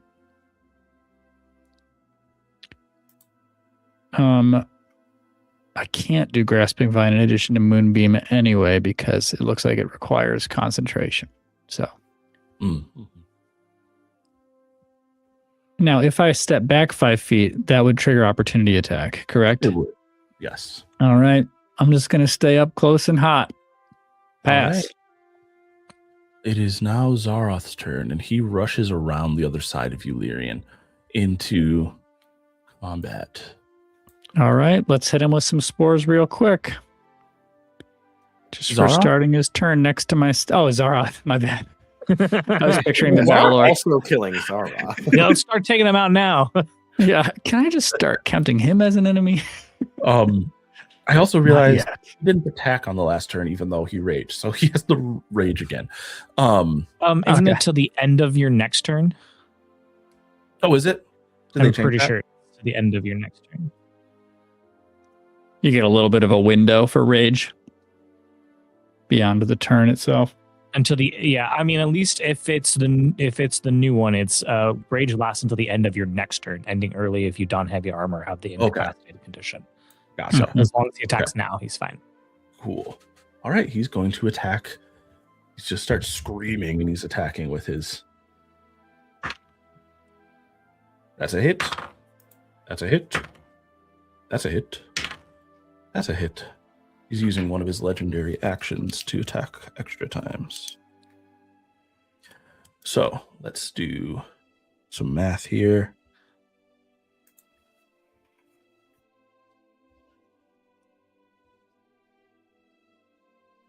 So you guys watch as Zaroth just screaming starts hacking at this thing with his greatsword, and chunks of flesh start being rent off of this Balor as Zaroth does 144 slashing damage with his greatsword.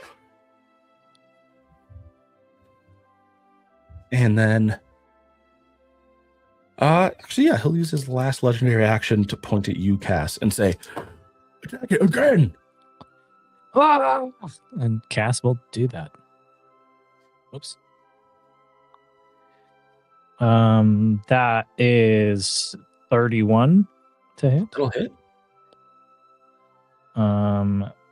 That's pretty good. 18, 21 damage. 21 damage. This thing is looking rough. It is struggling to stay upright. It is looking like it is at any moment going to give up. But it is its turn. And you know what? I think we can do this quickly. On its turn, it is going to swing at you again, Cass, with its lightning sword. That is a 22 to hit. Yeah, that'll hit. All right, you take 18 force damage and 17 fire damage. Okay. Just good. Sorry, I was looking at the wrong weapon. Take 21 force damage and 22 lightning damage. Ooh. Oh, goodness. Oh, okay. And then it's going to turn to Zaroth and attack him with the whip. And that, he misses Zaroth with the whip. That is the end of the Balor's turn. At the end of the Balor's turn, everyone within 5 feet is going to take 5 fire damage. Okay. Is that 5 face value, or is it already halved by something? It is just 5. It's just... it's just a low roll? Okay. Yeah, it just happens, yeah. Okay. That's I will take the roll, and I'm not doing the roll. I will take half, because I have shiny golden armor. Amazing. Or sorry. Is it half round up or round down? 13 damage. I looked at right. 13 was the default, right? So so I'll take 6 and you take or 7. Okay. Yeah, you take 6. Okay, cool. All right, we go back up to the top at Cass. Do we want to? I think we can end it if you just go quick. Okay. Yeah. I'll just swing then. We're so close. Yeah, I mean that's gonna hit. That's like 30 something. Okay. Oh, nice. 23 damage. 23 damage. I want you to quickly describe what it looks like as giant Cass. I love it. The Balor. I mean, giant for her. Giant for her. She's still about the same size as probably Zaroth. like you described it, like the stone has been chipping. Yes. Cass will look and see that like where a normal heart would be, there's just a giant slit in the stone. So she'll just jump up and slam her scimitar in there so hard that the Balor just shatters. Amazing. Really quickly, I need Cass and Lyrian and Zaroth is also going to make a dex. Oh no! It A dex save. Yep. Oh, it's gonna explode. Ah.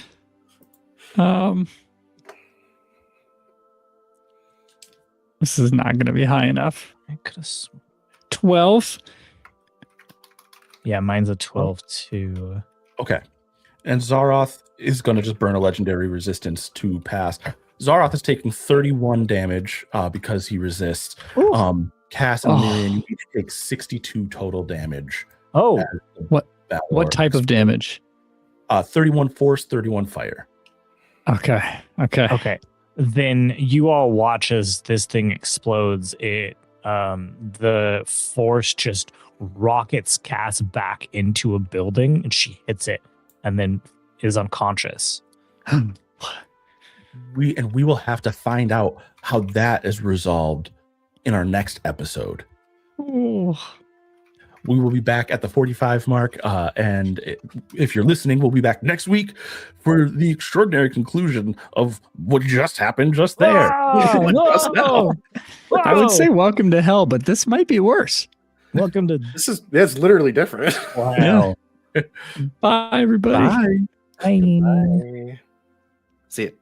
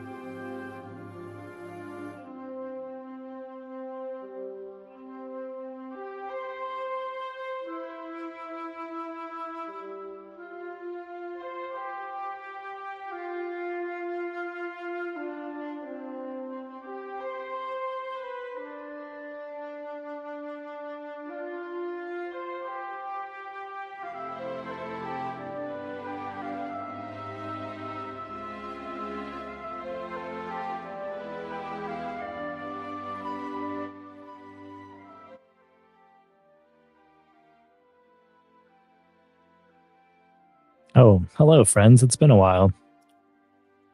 Oh. So they say. It hasn't. It hasn't. It's been. I was talking to you moments ago.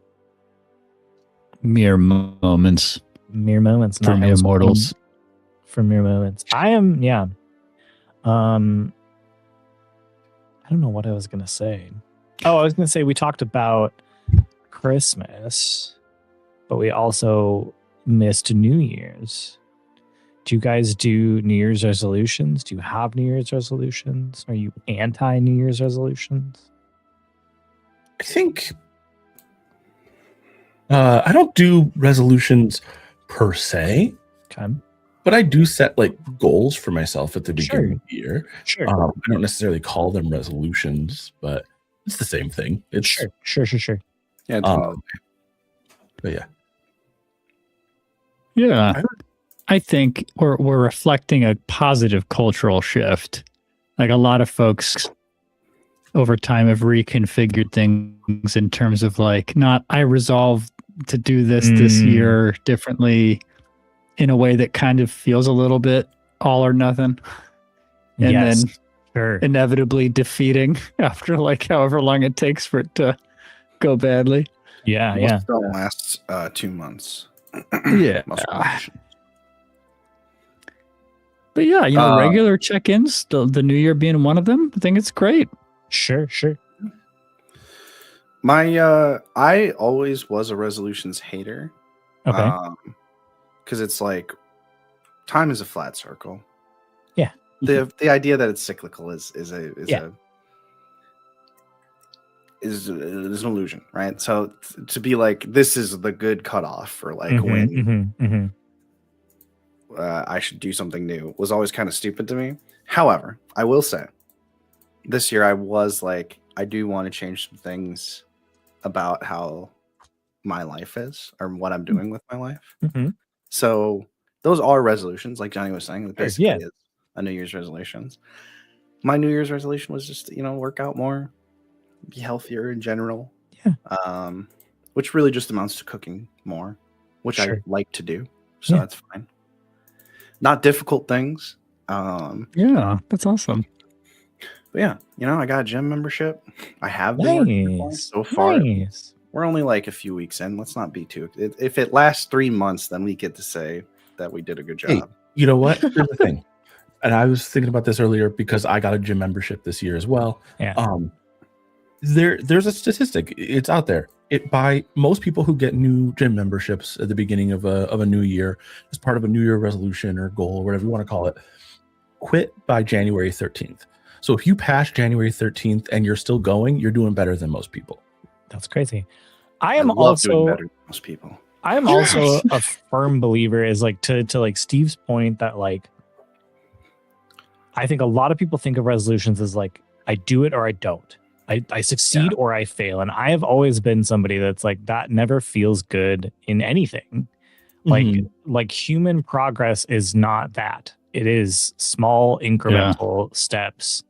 So like maybe 1 week or even maybe a whole month, you're really bad at working out. But then you do it again for 2 months.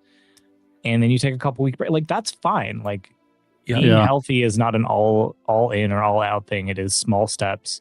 It is just being. That's why I like Nick. I like just being healthier. I think we need more like ambiguous and vague resolutions. Yeah, like friendly, capacious, flexible. Aren't like by this day I will have lost this many. Or like done this thing. Or I've written 8 books by this time. And like that's better do it. It's just like but to have milestones is not necessarily a good thing. Yeah, it can be hard. It can have be their hard. place. I think it's They're knowing helpful. yourself. Yes. Right? Yes. Like I've because I've done it both ways, and there are some things where it's like having a specific numerical value attached to this thing, saying like I'm going to read 30 books a month, which is not a real goal of mine, but like saying I'm going to crazy 30 books a month. My real goal is 4. I'm trying to read a book a week for the entire year, right? But like having that number attached is helpful to me because it's like it actually helps me know when I get halfway through a week and I'm not halfway through a book, I'm off track for this thing I want to do. Yeah. No, for sure. Totally fair. At the same time, it's important to depressurize and be like, actually, the world's not going to explode if I don't read 50 books this year. I think it's also. Oh, sorry. No, you go. I think it's also very helpful, especially with working out. I want to reference that, like, people also go really. We're talking about like going everybody being all or nothing, like towards the end, where it's like, if it's all or nothing, it's nothing. But also in the beginning, you can't work out. You can't go from not working out at all to working out 5 or 6 or 7 days a week. No, it's going to destroy your body. And then you're working out. Yeah, that's the problem I have every single time I start working out again. It's I go way too hard, and then I'm like, actually, I'm going to die today. I can't. My arm. I feel like you're actually activating rage, but in real life. No. Yeah, my goal is to work up to. Yeah, I'd like to get up to 5 days a week. I've only done 1 day a week so far. Sure, but that's still successful. It's successful because, like I said, like it is more healthy than it was last year. Yeah. I also, I love. I don't know if I've mentioned them before, but the podcast Mega. It's a great podcast for those that have been a part of Christianity and religion and have kind of stepped away from it. It's wonderfully funny and I love it. But especially if you're acquainted with the more large scale commercial operations associated with those things. Yes, the mega churches. But the hosts are just like really, really smart people as well too, and they do like a behind the scenes podcast as well too that sometimes the main feed gets. And Hallie was talking about the fact that like it's so crazy that in the dead of winter when like people are naturally just wanting to like stay at home and be cozy and warm and like it's crazy that we in the midst of that are like, I'm going to make these big life changes. Like that is the wrong time to be making big life changes. Be doing that in like spring and like the summer. And I was like, yeah, that actually makes a lot of sense. Like it's so hard to like make these big life changes and then be like, oh, but I'm still seasonally depressed for the next 2 months. Yeah, I really think we should shift January, February, maybe even March to the end of the year. I think the new year should be April. Yeah. And you should end with 3 months of hibernation. Like just chill. Yeah, exactly. I mean, I'll this might be a hot take. Get hot. I don't disagree. Let me clarify this. I'm not disagreeing with that statement. But I would add, in my estimation, that there is no good time. Like the summer is not necessarily better than the winter because then you want to go do other shit. Yeah. More stuff to do. Like, depends on the goal and all that. Like, like I think it's like the same thing. Every time I've ever had a conversation with a friend about like wanting to have kids, it's the same. I think it's the same advice. There's never a good time. There's always a reason that something's not going to work or you shouldn't do it or there's other things you'd rather be doing or whatever. Yeah. I think the important thing is whatever your own intention and goal is and like setting it for yourself. And so if for you, setting new goals, making big life changes works better in July than January, do it in July. Fuck January. Who cares? Sure. No, for sure. I think what you're getting at is like, you should be able to make changes in your life at any point. Yes. You shouldn't feel like you have to make it in January. And then if you don't do it, then, oh, well, I guess another year of being a loser. I also mentioned too, the host name is Holly. Her character's name is Hallie. I always get character. That is incredibly confusing. And the other one is the character's name is Gray and his real name is Greg. So like I mix them up all the time. Yeah. So her name is Holly, not Hallie.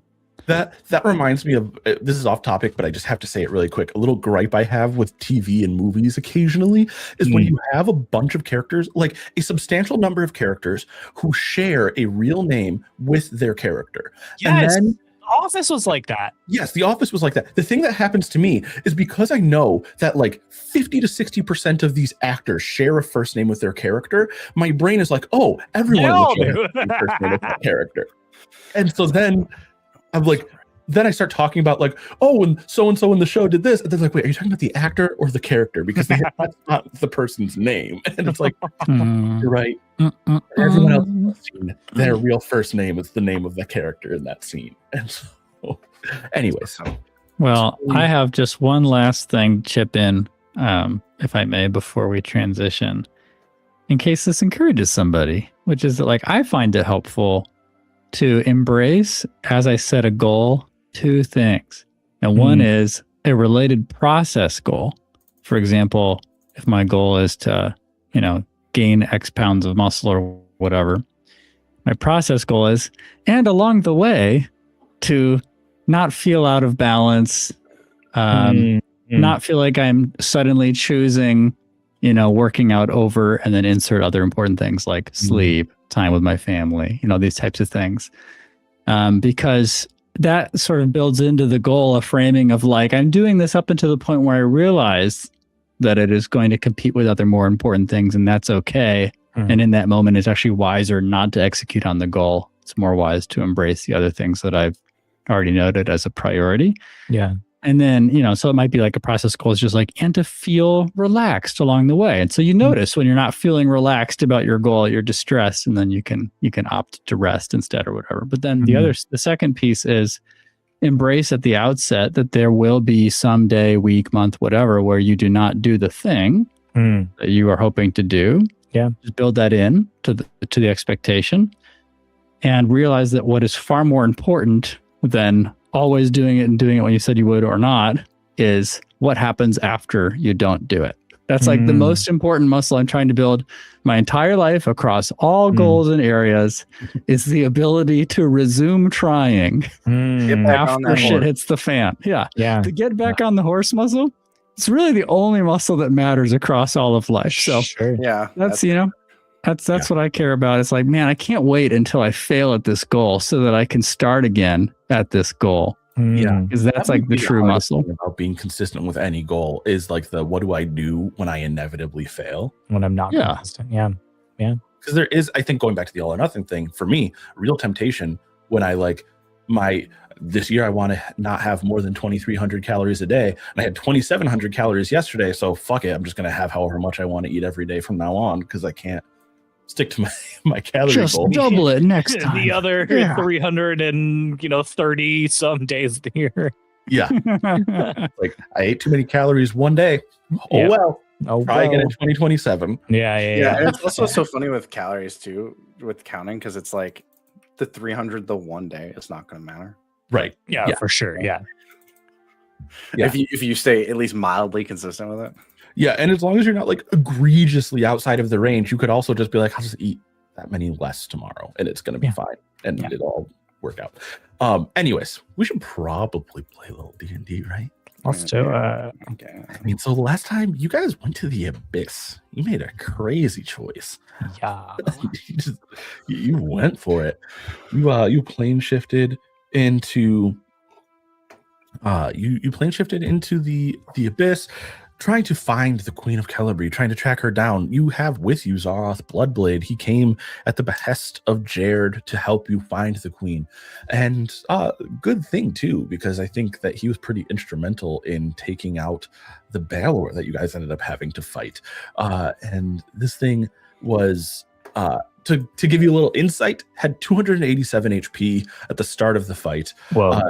Zaroth by himself did 144 damage on one turn. So he made a pretty big difference. But Cass ended up getting knocked unconscious when the Balor died and exploded, dealing quite a bit of damage in the process. And so that is where we find ourselves. Cass, her body prone and limp against the outside wall of a building nearby after this Balor exploded, and all of you standing. What do you do? Very quickly, Pella says, Cass, and casts Healing Word. Just at first level, just to stabilize her. Lyrian hustles and stands over her armor, her own armor, like still probably radiating heat from the explosion of the Balor. 7 HP. Okay. But then I'm going to cast Prayer of Healing. Ooh. Let the healing flow. 4th level. So this is just for everyone. Thank you.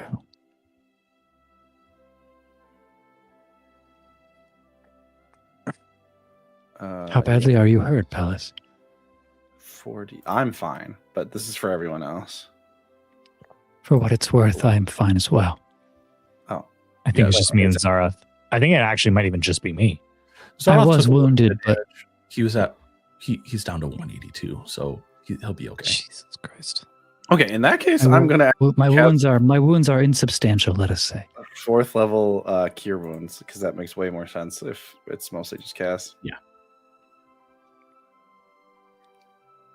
Okay, now it's 39 HP. It's a little bit better than the 7.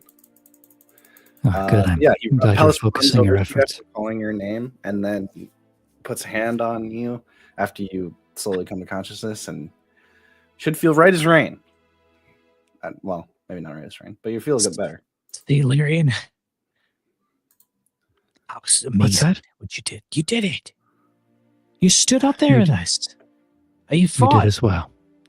You emboldened me. I think you being larger helped. Yeah, that was great. Oh, I'm back to regular cast size. Yeah, you are now. Yeah, like, being larger still helped. Well, I could do that all the time. It only lasts for a minute though. But I guess I could just do it every minute forever. Okay, well, don't do that. I feel like that can't be it. You lot are pretty fun. You're a good time. I'm glad you're enjoying yourself. You were awesome out there. Oh, barely anything. What'd you think of that holy weapon combo? You didn't get an attack off with it, but next time. Next time, I'm looking forward to testing it out. Okay, good. It is a wonder that you do not wear the crown. Oh well. What do you mean by that?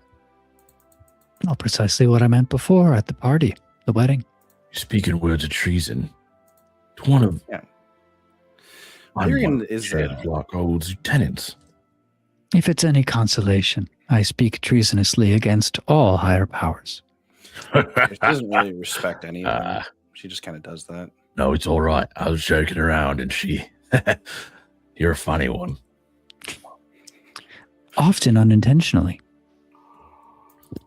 Right. Well, let us proceed into this horrible place and hope that the Balor is not the friendliest of those who would greet us. Now, here's the thing, you guys. You beat a Balor. And that, under normal circumstances, would give you 22,000 XP. What? That's a lot. What that means, essentially, is if we weren't playing Milestone, you would level up again. We just leveled twice, though. I know. But we did fight something really strong. Oh, we did just fight something really strong. We did just beat. I think even if Zarath wasn't here, I think the three of us could have. I think you could have beaten it. I think we could have. It would have taken longer, but yeah, I think for that reason, ready to go. You should level up one more time. Yes. I won't say no. I won't say no. I'd be very upset if you said no. No, you know what? Then no. God damn it, Justin. No. You know what? I'll pass. I'm good. Actually, can you take a level from me, Johnny? Sure. Yeah. I'd like to go down a level, please. Honestly, yeah. That's what you want. I'm happy to. He is not going to deny you. What a GM. What a GM. Oh my God. Big fan of GM. Yes, and. You want me to take away a level yes, and I'll give one back. Take another one. No, take another. And one more. You know what? Everybody level 1 again. Oh, thank you. Thank you. Wow. Just here in the abyss, level 1. Yeah, that'll go well. Are you doing another level in Barbarian or another level in Sorcerer for cast? Yeah, definitely Barbarian. Nice. Yeah, I feel like now that we've lost Pole, though, we need heavy hitters. Yeah. Melee heavy hitters. Right, should we take a break? Rest up a little bit. Yeah, that wouldn't hurt. I think that's a good idea. Yeah. I know that you just burned a couple of spells, but if anybody needs to or wants to use hit dice, please feel free while we do a short rest. I will. I just need to figure out what feat I'm going to pick, too. Or if I'm going to pick a feat at all. Yeah. I'm more of a butt guy. Okay. That's fair. That's fair. Not into feet. No, I'll be honest with you guys. I'm saying probably too much because I'm trying to vamp while y'all level up, but Can't wait for this. I don't get the feet stuff. Yeah, Me neither.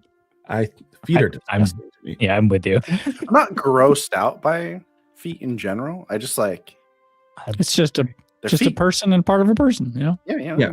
I'm pretty grossed out. I'm pretty grossed out. Yeah, I would say I'm like I'm not saying on there's the anything wrong edge of with like being grossed out by feet. Like I don't look at feet in general and be like, oh, disgusting feet. But like feet in it. I don't want feet near my food or my sex. It's fair. You know what? I get Nowhere it. near it. Don't feet where you eat, you know? Yeah.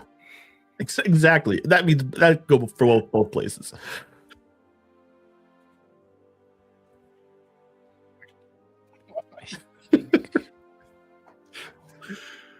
Oh man. So I could take Speedy and increase my speed to 50 feet. But Amazing. I'm not gonna do that. Why? No, just kidding. But you could. I could. I just want everyone to know that I could. Just a quick threat to everyone. No, I took Slasher instead. Nice. I also want it to be stated for the record. It's hard to read because my handwriting is terrible. But after Lyrian said what she said to Zaroff, I just wrote treason on my sheet. And by the next time we play, I will have no idea why I wrote that I down. love it. I love it. Treason. I don't know. And like, okay. Remember why I sure. wrote treason in here? Anyone want to help with this treason note here? For every note I have in this notepad, that is just like, I don't know why I wrote that, and I never will. If you don't have at least one notepad like that, you know, like what are you even doing? Especially when you play Yeah, come D&D. Yeah, you gotta have Yeah, one of those there's so much notepads. going on with D&D. Come on. Does that make sense? All right, how we looking, boys? Oh, we're in it. Ready. Yeah, I'm No good. choices to make on my end. So, yeah. Nice. Just got some HP, you know? That's all there is to it. Yeah. When you are ready, Nick, I want you to make a survival check for me. Oh, okay. It's nothing scary. It's going to be to see how well you can orient yourself to your scry to try and find where the queen is. Just a 10. A 10? Okay. Yeah, I mean, it's going to probably take you guys a good while to really feel oriented to the right direction of movement, but it's not like extra hours of being lost and trying to find your way. That's good. So it seems like Oh, your mic is like doing that weird like in and out thing. I don't know if Oops. A little reset, perhaps. are you Me? muted now? Me? No, Nick. Nick. hold it in closer. Anyways, Alice says, it seems like in general within that Yeah, we got to work on something with your setup right now, Nick, before this carries on. Maybe we need to You're turn like- off some of like your effects that are running in the background or something, because I think that like noise gate or the denoise Voice isolation or hello. How is my audio Hello? coming through? It's still messed up. It's not messed up. Your gain could go up a little bit though. Okay. How is my audio coming through?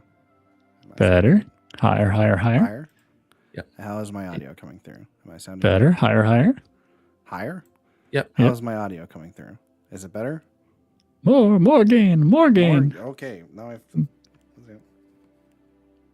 You must break all gain barriers. Destroy the Hello. filter. This is. I'll take it. I could go louder. Go a hair like a touch, just a touch louder. Okay. How's that? That's perfect. Good. Okay. We're back in it. Yeah. It's somewhere over that way. And then Bellis walks over in that direction. Some direction's better than no direction, right? And Zaroth follows. I hope.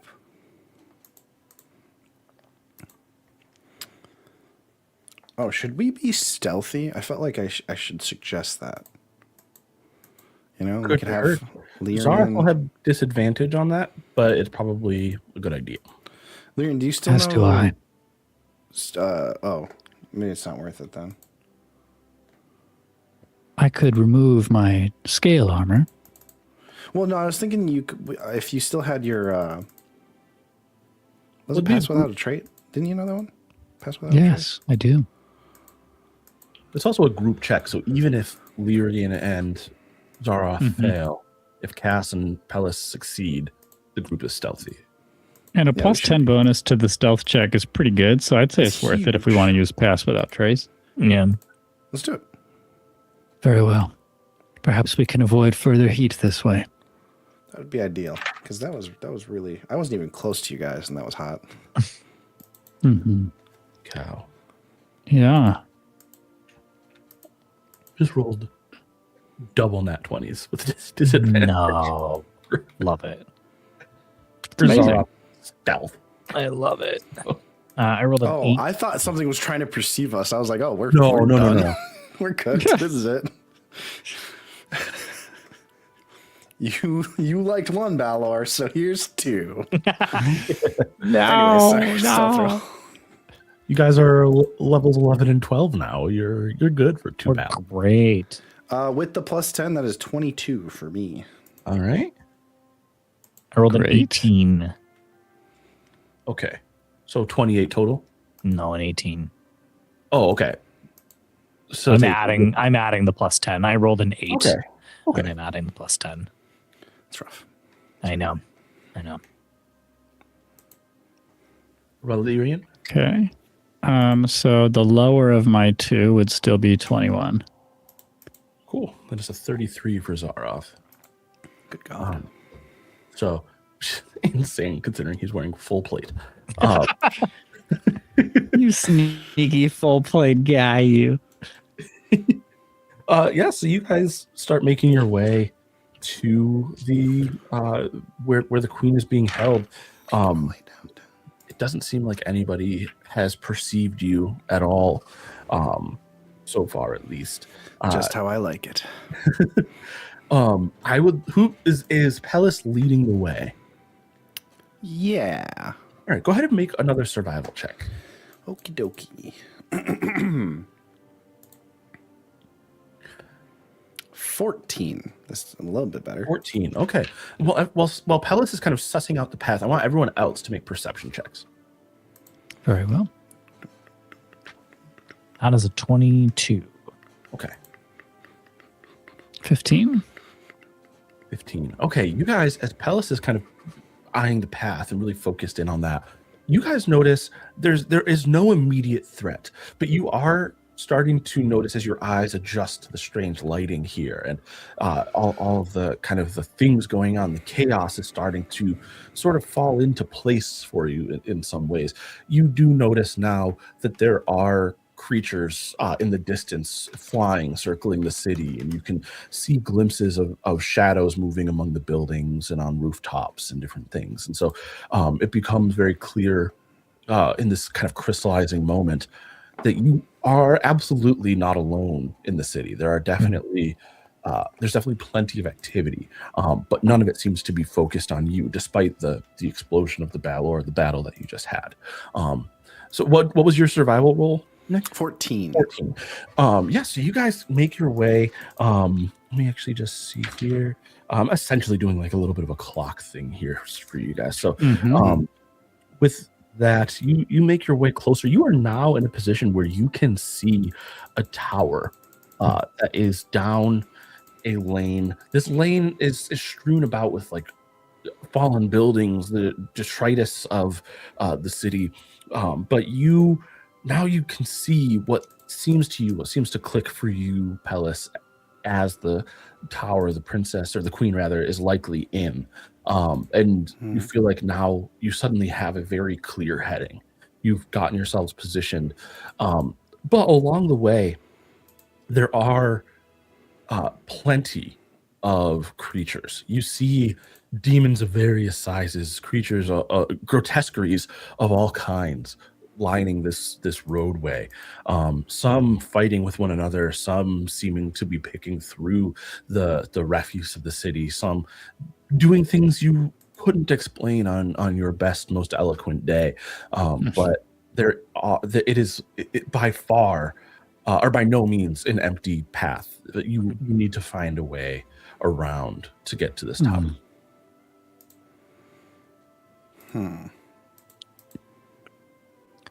Is there much in the air? Yes, there are quite a few creatures in the air. I imagined so, but wanted to clarify in case that seemed like the clearer path. Yeah, some seem to be of a similar size, if not a similar kind, to the Balor. Then there are some that seem more bat-like and smaller. Some that you even see flying around that have no apparent wings. Chaos is right. Do you think we could go like under? Maybe there's like a sewer? Maybe. And that's an idea. I also could cast invisibility on each of us with the staff, and one by one we could try and walk across. That's pretty dangerous, though. Or we How could long try does and it find hold? our way through. Well, Zara, as much as I love that, I don't think that we would be able to survive that. Right. I'm pretty tired too, so... and I forgot to mention, Zaroth, so you guys know, does take a point of exhaustion when he comes out of the rage that he was in. That's right. Do I do that too? No. I don't know, it depends on the type of rage you have.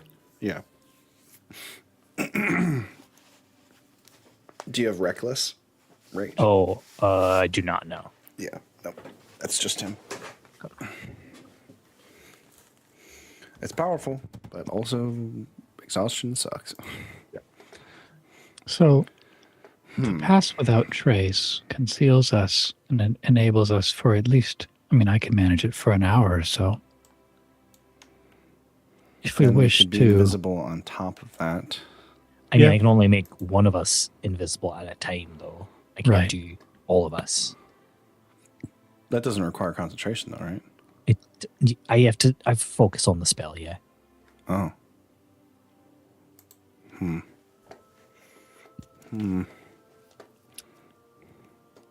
What if... Hang on, let me double check something with the staff.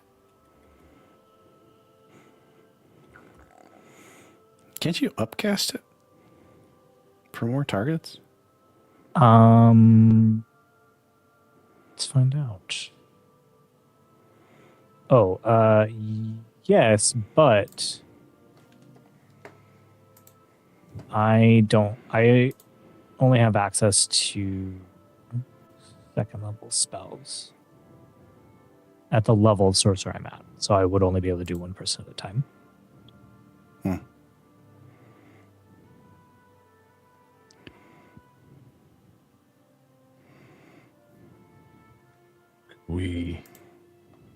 Unless we have a means of teleportation, I Don't think have we that. should simply I could proceed forward. I could maybe conjure something that might distract everyone else and allow us time to sneak in. That seems good. If we're in jeopardy at any point along this very chaotic lane, then yes, I think an illusion of some kind could Oh, divert. this wouldn't be an illusion. This would be something that can actually do damage and fight them. Very well. And I could do it from a distance. So if I just did it now, I they could might see all if run over there and then we'll just walk it. I could see if Dystall wants to help. What do you mean, Pellis? I can request divine intervention. Let's see what happens. Does this feel like a divine intervention scenario, though? Couldn't hurt, could it? I guess if you can just keep doing it, why not? Well, There are things can't like keep the doing it. Balor around us, so I would not mind divine intervention. all right, let's see what happens. It's very unlikely to work. Perhaps even more so because of who my god is. But Is it we'll best see. to wait for a cause that Dystall may actually entertain?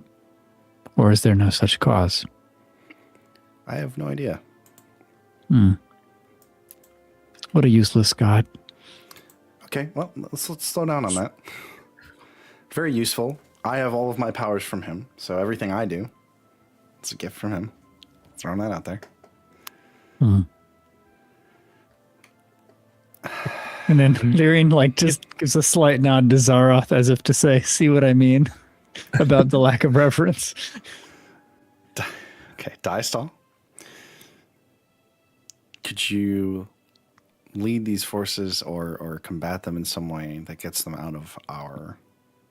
So we can get inside the tower and save the queen. And so to do this, I mark it off, and I roll a percentile die. If I get 11 or lower, it works.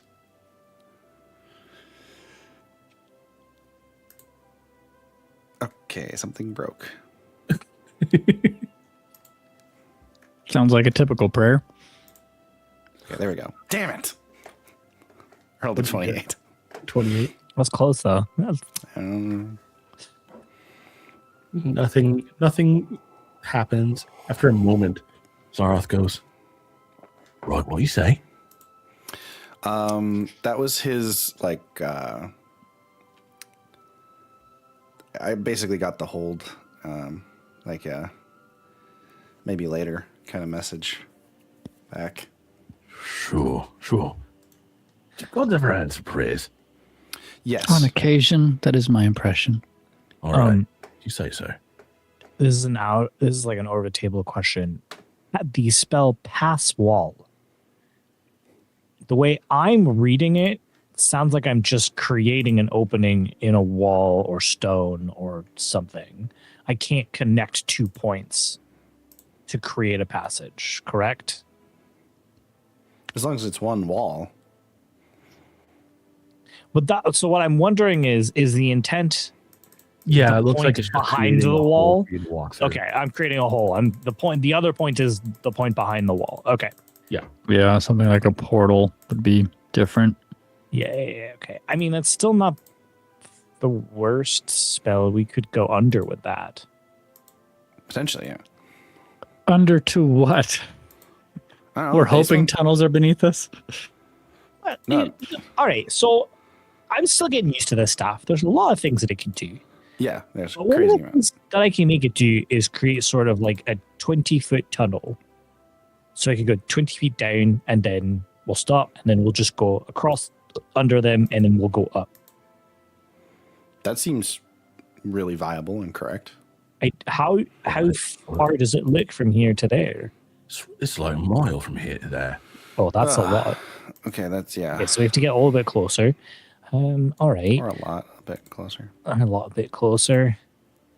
Got a couple of things I can do, but I'm not sure it will work. We can try it. For now, I would suggest we remain concealed and proceed sneakily forward with your conjuration leading the charge, Cass, in case it is needed to divert attention to the side. I don't even think if needed. I think I cast it, they go that way, we try and sneak through. Okay. Well, yes. What I'm saying is there is such a great distance to cross with so many chaotic fights happening. This is not a matter of doing one thing right now to lead everyone away. Yeah. This is a matter of us trying to walk through a straight line and see if we are ignored, either because your beast is too small for them to pay mind, or too scary for them to consider a fight with it. Either one would do. It'll be pretty large. Then maybe we just don't cast it then, and save it for if we need a distraction. Because it's only gonna last. How long is the spell gonna last? I think about 10 minutes or so. I think it's gonna take us longer. And we than have 10 about a minutes. mile to cover. Sure. All right. Okay. All right. I'll save it, and if we need it, we can do it. Yes. Right, I could try to. Or I could just cast Fireball.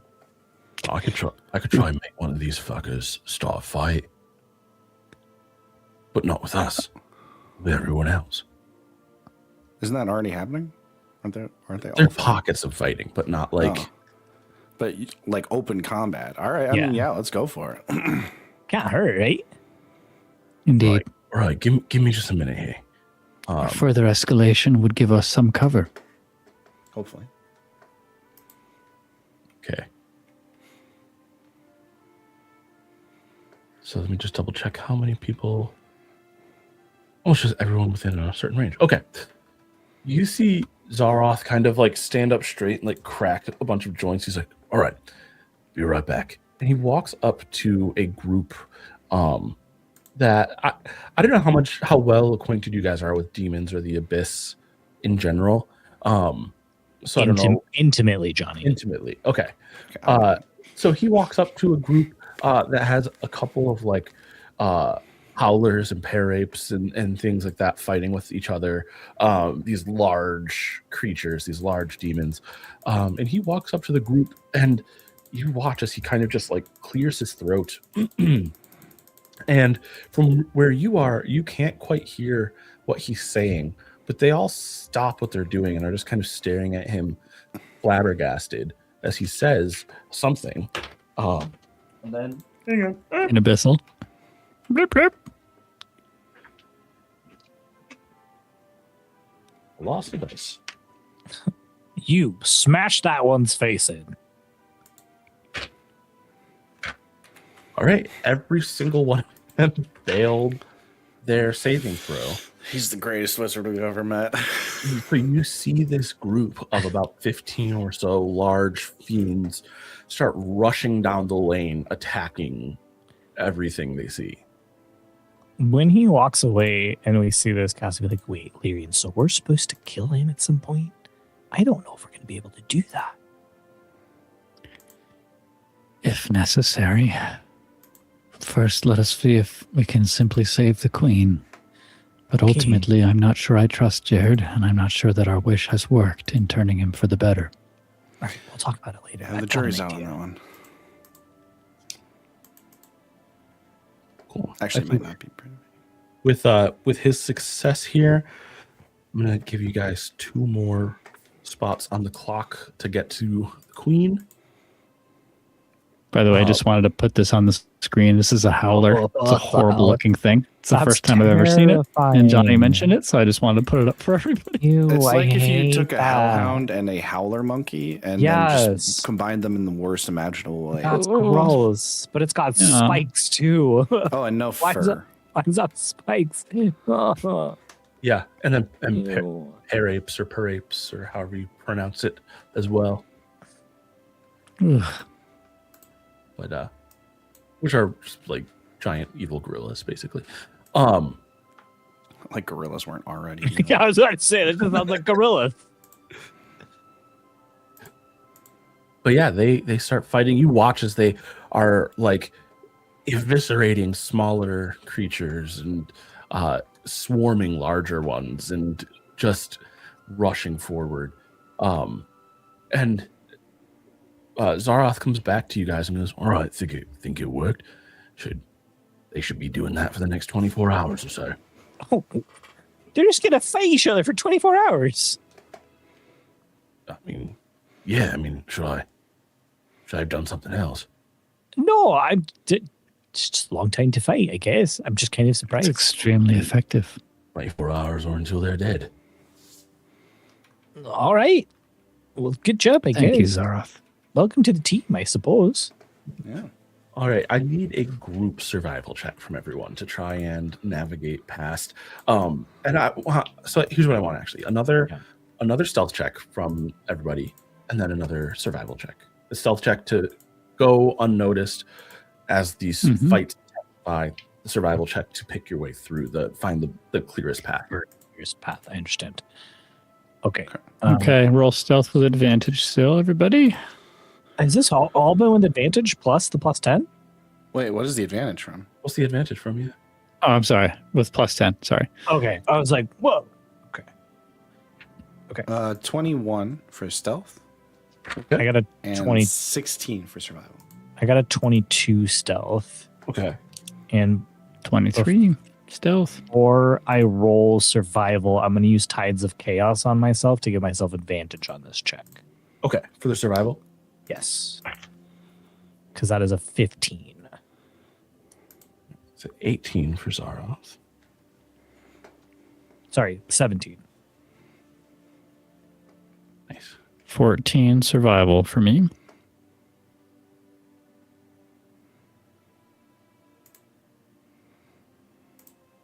What about for Pellis? Sorry, my survival is 16. 16? Cool. All right. You guys are able to, you're picking your way forward on this path. There are a couple of moments here or there where you think that you've been spotted, but then the fighting continues as if you're not even there. And you continue on your way. You're actually able to make it quite a bit farther than you would have expected unmolested. You make it you are now at the foot of this tower.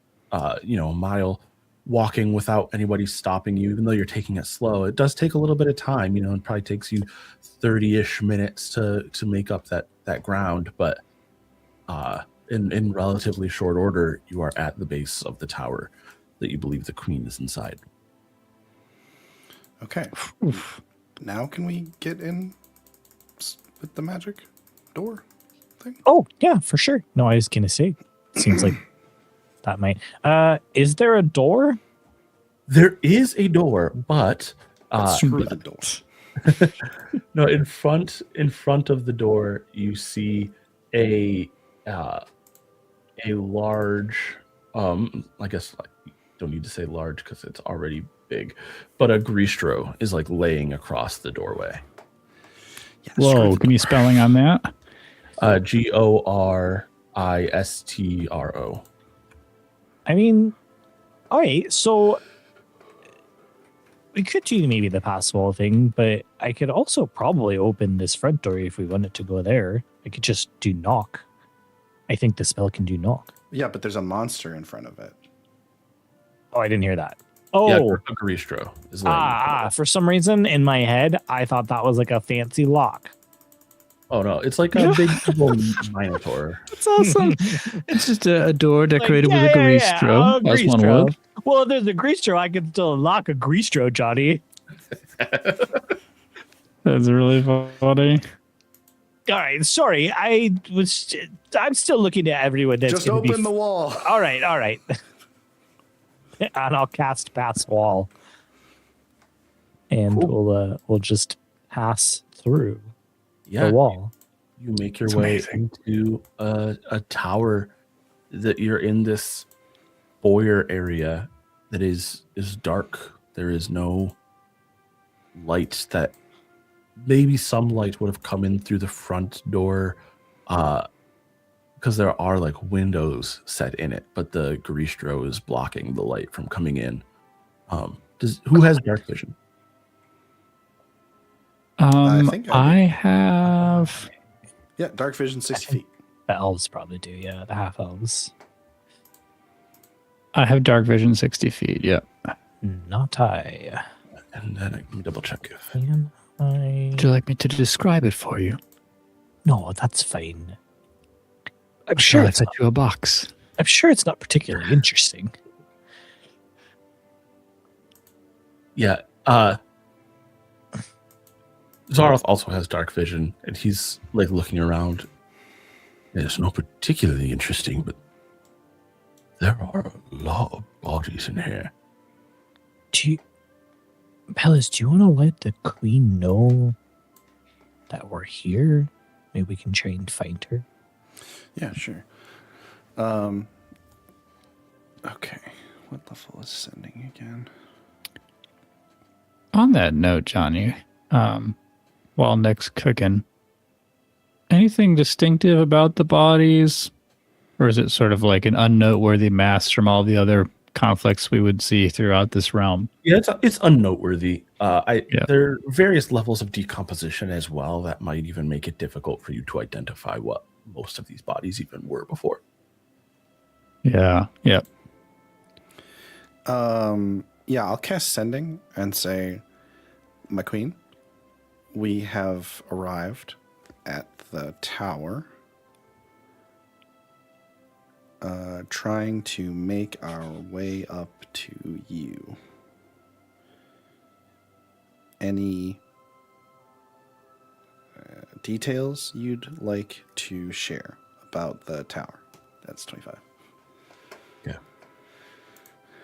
I think I am alone inside. I have not heard anything since I first hid in this room. There was a great horned beast outside. And that's all she can get out. She said there was a great horned beast outside, but she hasn't heard anything since you first got to that room. Right. And the thing you saw sleeping outside the Gristro is a great horned beast. Okay. So it sounds like that would fit the description.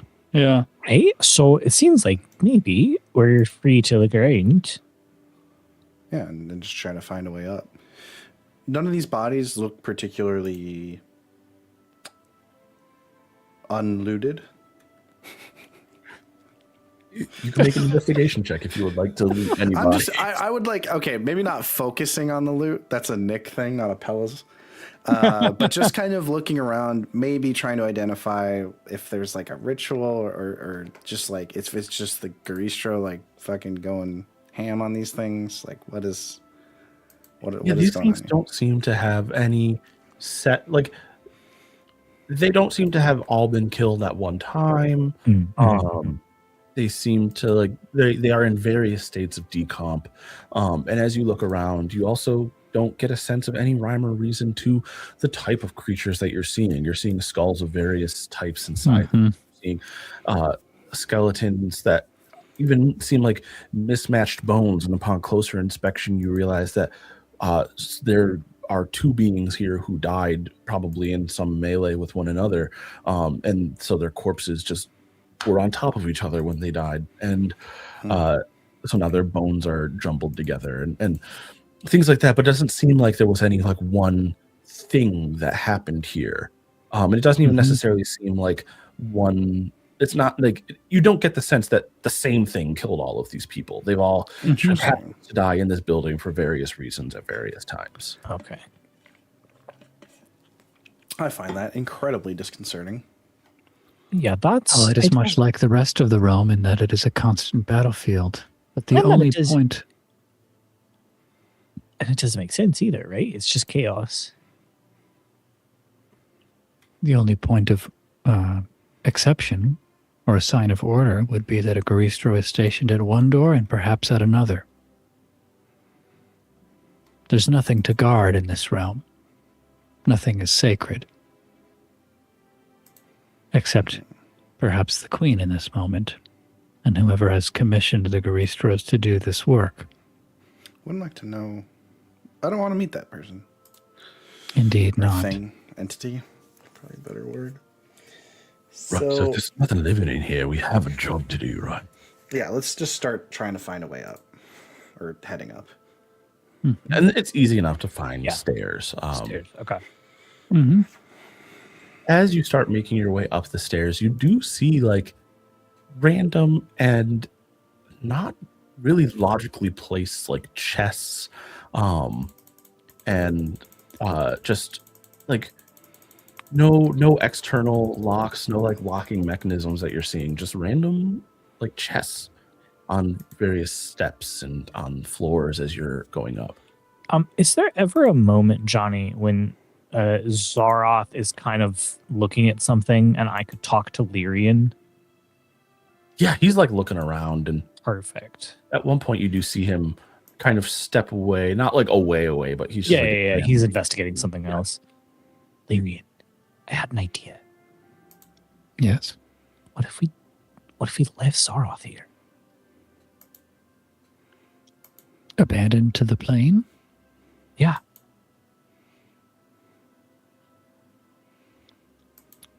He may have means of getting back independent of us, in which case we would be only punished.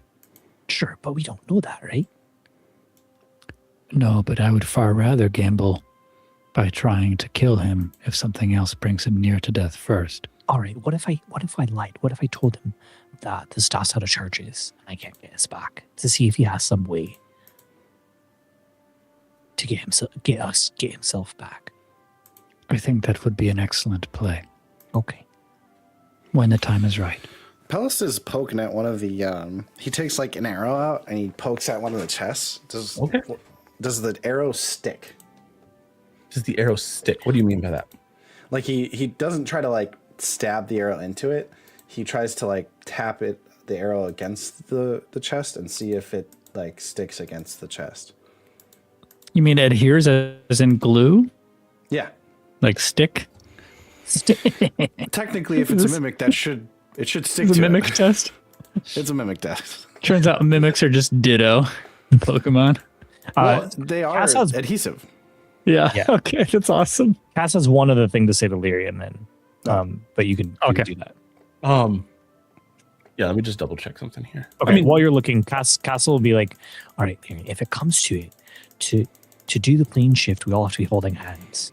So if you and I are on either side of Zaroff and we let go and you and I hold hands instead, we'll shift and he'll stay here. If it comes to it.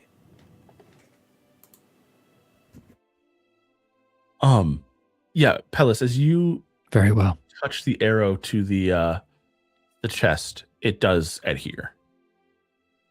Ooh. Oh, these are mimics. We probably shouldn't touch these. But like, if there's treasure inside, There's not treasure. There's mimic inside. and that's bad. That's it's a creature. A mimic sorry. is a creature, yes. Sorry, And it I didn't pretends realize. to be various things in order to bait adventurers. In other words, it is not worth touching the treasure chests. Anything worth taking would certainly have been taken from a place like this by now. Gotcha. All right. So I'll just find the queen. What if the queen's a mimic? Be careful. Well, the queen's mimic. Well, if the queen's a mimic. Well, We'll find out the hard way. I was using sending on the queen as I met her 3 nights ago. Yeah, you're right. Sorry. 4 nights ago. It was an interesting idea. Right. I think she's and like Zaroth has been like checking rooms as you guys have like made your way up various floors, and I think she's still higher. Yeah, I think she's probably going to be at the top. At this point, I would say Pass Without Trace is over. I think it's been an hour of crossing a mile of area and then getting up into the tower for a bit, just so we know. Yeah. Okay. I think when the Pass Without Trace fades, you guys are probably only a floor or two below the top. Mm-hmm. Not much longer then.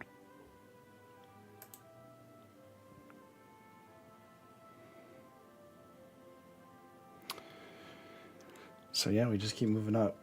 I think Pellis will periodically check the chests just in case, in a very similar manner. But Yeah, you don't find any that are not mimics so far. good lord, it's a lot of mimics. But yeah, just keep making our way up. Yeah. You eventually find a floor that has a single room with no door, but the doorway seems to, at least from this side, match what you would guess the other side of the door you saw when you scryed looked like. You could see red light kind of filtering out of the room as though from windows. More likely than not, the queen is in that room. Okay, well, that seems like the right room. Let's Is there nothing but a door between us? No, not even a door. Not even a door. doorway. Just a doorway. Carefully I peek suspect- around the corner.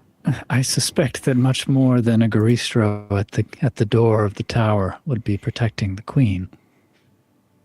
Where is the other Garistro? Unless just like the rest of this realm, she's here, and it's simply chaos. She's not being guarded or kept. To be thrown in here to die, perhaps. Hiding. Or to just make sure nobody gets her. But We're Yeah, I mean, she smarter seemed than that. to have found this place. She said she ran here. She retreated to it. Yes. Yeah, Palace, you stick your head in the room to look around. Is that what you meant? Yeah, just trying to be subtle, but yeah. Yeah. You can see the queen like huddled in the corner nearest the wall that the door is on. Like seeming to be afraid of the sounds and the voices that she hears out of the room. Okay, she's right there. Let's just run in, cast plane shift, and get the heck out of here. Ellis, this thing's kind of on the fritz. I don't know if I'm going to be able to cast plane shift again. What do you mean? I don't know. It's just not working. Sort of, do you have any way you can get us back? I can get us back. It's no problem. Okay, thank goodness. Let's I don't think we run should there. run in, Pellis. Let's just get the queen. You're just on stroll. it. We're out here. Thank Yeah. you, Zaroth. Your Majesty. Your Majesty. Hi, we're here. Zaroth will walk into the room. He's all right, Majesty. Your husband, he sent us to make sure you're safe. Yes, I was the one sending you the messages. She looks up and there's like terror in her eyes. The edge of the terror maybe softens a little bit seeing Zaroth. And there's like recognition at the three of you. You were at my wedding, weren't you? Yes. That's right. That's us. Thank you for coming. I thought I would die here. Nope. Well, I mean, you still might. Whoa, Cass. Not Just helpful. saying. Okay, ignore her. You're gonna be fine. Zaroth is gonna cast a spell to get us out of here. Right? Right, yeah. I'll cast everyone hold hands and I'll get us out. What is get this us on. guy's class? It's called Better Than Us. That's his class. Yeah, it's not Cooler fun. than you. It's Hey, not some- fun. Sometimes enemies don't have a class; they just have abilities. Woo! Um, How annoying. anyway, Zaroth clasps the queen's hands and he's like helping her stand. And everyone make an insight check. Okay. Yeah, I was gonna say what is what's going on? Yeah, like it. 21. Not me. Oh, It's a I'm six. feeling especially insightful. 26. All right. Pellis and Lyrian, you catch as Zaroth quickly, his eyes kind of like flick over to all of you. And there's like a tension in his back. And then you hear him whisper something, and he and the queen both disappear. There's that column of light that is indicative of a plane shift spell being cast as he disappears from. That motherfucker. All right, gather, and I'm gonna cast plane shift. You are muted, Nick. Wait a second. How many wishes do I have left? How many what? Wishes do I have left? I think you have one left. Sounds right to me. Should I I don't counterspell know. Ooh. I don't know if it's worth it. Let's just plane No, shift. no. Unless your instinct is too independent gonna of go to the seeking same spot. consensus from the characters. Plane you know? shift was wildly inaccurate. Even if you knew exactly where he was going, which he might not be going to where we're trying to go. Yeah. I was gonna take us to the palace in Corey. Mhm. You'll land in the city. That's Sure, how that's- inaccurate plane shift. Yeah, right. that's And fine. so he'll land in the city if that's even where he's trying to go. What if he's trying to betray us right now? Yeah. Is my thought. Yeah, you know I what? mean, Trust yeah. your instinct. You know what? Trust your instinct. All right, I wish to counterspell that. Wow. There's Okay. a beam of light and it's like Big blind moves. for a moment. Some like a flashbang goes off in the room, but then the light, as you counterspell Pellis, the light dissipates, and Zaroth is looking at you with just rage in his eyes. Going somewhere without us, Zaroth. You What do I need to do? And he draws his sword. I And cast turn- hold person on him. Oh, I He love resists. it. Oh, I legendary do. assistance. Yeah, of course he does. Everyone, I want you to roll initiative. Okay. So he's expended 2 or 3 uses of legendary resistance. Just one, I think. He did use one earlier against the Baelor. Yeah, I thought he did. Oh yeah, he used one earlier against the For the explosion of the post-dead, post-mortem Balor. Okay. You don't know All how right. He might have 15, in which case I may as well not count. All right, let's such a bad idea, but okay. pulling up Hey, the map. you know, All right, man. You know what, guys? characters It's are been characters. We're in it. It's fun. We're in it. All right, It's a noble cause, guys. We're just going to use the same map for ease. I'm going to share screen.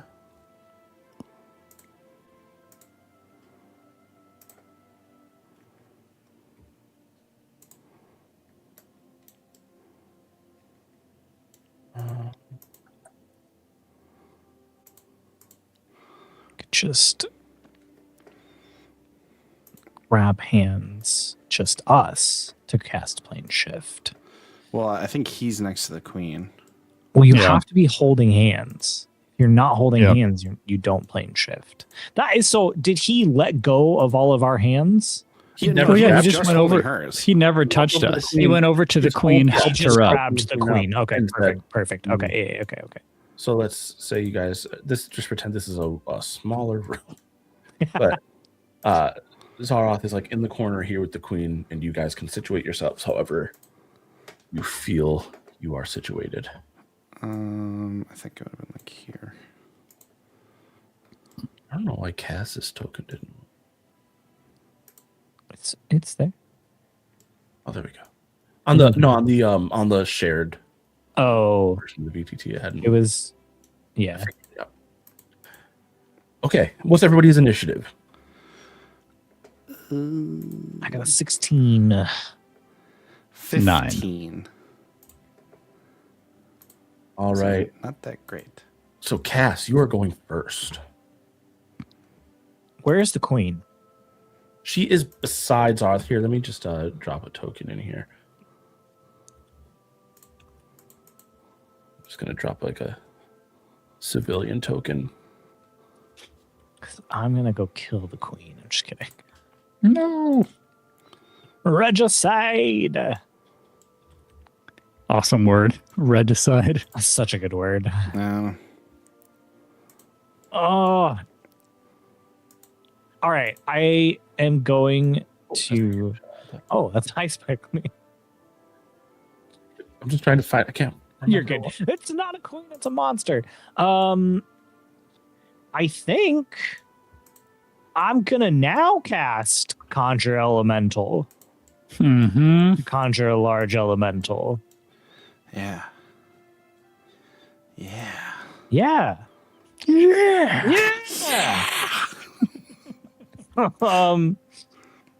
What kind though? Did it seem, if I think back to the fight with the Balor, did it seem like he was particularly unfazed by the fire damage? He never got a chance to really observe the fire damage effect on him. Okay. I think in that case, I'm gonna just be safe. Let's conjure a earth elemental, a large earth elemental that does thunder damage. Nice. Yeah. Love that. It'll be right next to him.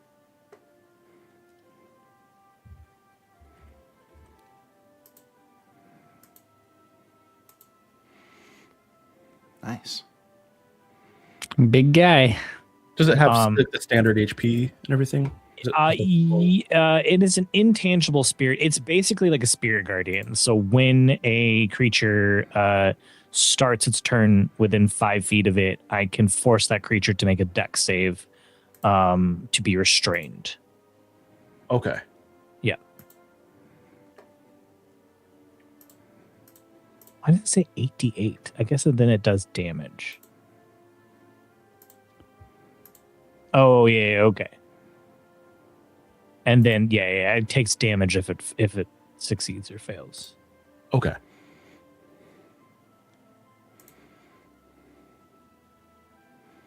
Okay. Yeah, I got it now. Okie dokie. Is this coming from the staff? Yes. Okay. Yes.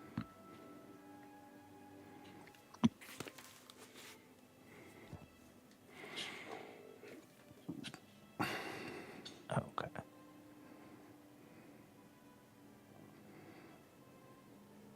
All right, and then you roll initiative for the elemental. We'll just have it go on your turn though, instead of rolling. It doesn't do anything. It's just when somebody starts his turn within 5 feet of it. Oh, okay. Yeah, it doesn't like act on its turn. It's like I said, it's like Spirit Guardians, but a large elemental instead. Okay. Is that your whole turn? So that's an action. I will. Oh God! I mean, I'm the frontliner, I guess. So. I love that line. I'm the frontliner, I guess. I'm the frontliner, I guess. So I'll rage. I'll move up here and rage, and cause him to make a dex save as lightning damage comes pouring at him. Okay. Thunder, right? Oh no, that's from your rage. Never mind. Yes, yeah. What's the Mine. DC? 13. Is it dex save? Yeah. All right, so he gets a 17. Yeah. So then it's just 2 damage. Okay. 2 lightning damage. Okay. That's my turn. I dig it. All right. Up next, Can I you? believe it is Pellis. Cool. Yes. So Pellis is going to open with a bless for just the 3 of us. Yay. You want to bless the queen too? I'm gonna try to save those spells. I think. Yeah. We don't know what the queen's going to do. So let's, I agree. And also, I'm going to. Oh wait, no. I shouldn't open with bless. I'm actually going. Sorry. Okay. I'm actually going to open with another of my emboldening bonds. Sure, I'll throw the queen in there. Why not? Nice. Because I get 4 for free. So Yeah. she also is emboldened and bonded or whatever. Oh, It's good because that means we can take hits for her if we need to. Not that I think Zaroth would actually hurt her, but like, what if there's some sort of AoE thing or whatever? Yeah, for sure. And then sorry, I will listeners. use my AoE bonus. is area of effect. That is correct. Now I will use my bonus action to cast once again Holy Weapon, but this time on one of Cass's. The Scimitar of Speed. That one. Yeah. That's the better one. Gorgeous. Oh boy. Okay. Hell yeah. I don't know why it rolled damage for that spell. It only rolls damage if I either blow it up or you attack with it. So. Okay. Holy weapon, Batman. I will also just move over here. Meaning far away from Zaroth. Oh, yeah, actually, scratch that. I'm going to move next to the queen. I like that. Can I move her at like half speed, or do I need to like grapple her first? Or So as of you right could say now, something to her. Yeah, I would maybe. As of right now, as far as you can tell, she still sees Zaroth as an ally, which means that you are potential enemies. So you would need to grapple her to move her. Okay. Or talk to her. I will say, my queen, I know you expect that this man is here to help you, but we have reason to believe that he has traitorous intentions. I swear on my life. Just has the word treason on it. What? I said, if we look at his notebook, it just says the word treason. Yeah, it's crazy.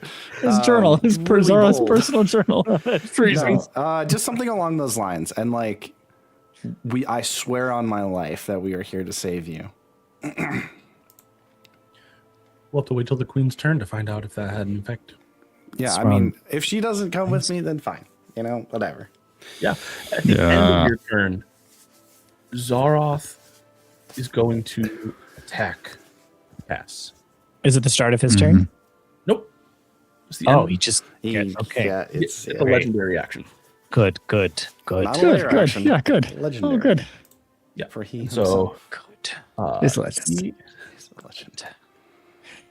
He's going to make a reckless attack Okay. Okay. Oh. You can play at that game. And so that is a so plus 12, so a 22 to hit. Yeah, that's gonna hit. Okay. So you take 14 slashing damage and 17 psychic damage. Okay. Holy Oh. shit. Okay. All right. 17 psychic damage. That hurt. And then he's going to swing again, and that's Yeah. 25 to hit. Yeah. Okay. And so then it is 15 slashing damage. Okay. And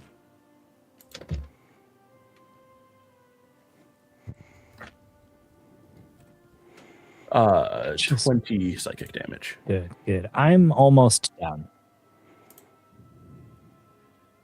Okay. And then that was the end of Pellis' turn.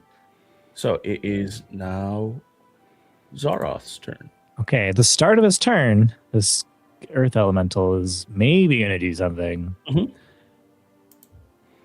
Or at least burn a legendary resistance, I guess. It needs to make a dex save. What is the DC? Wait, did you have the physical damage? Or wait, no. I did. it I wouldn't- did. Okay. The slashing damage I did have.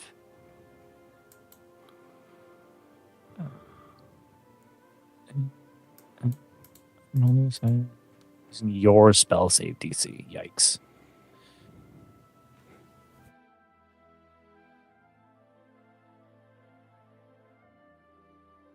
Okay, yeah, it's just a deck save then. Okay. What's the DC? 14. He meets it. Yeah, I had a feeling. If anything happen?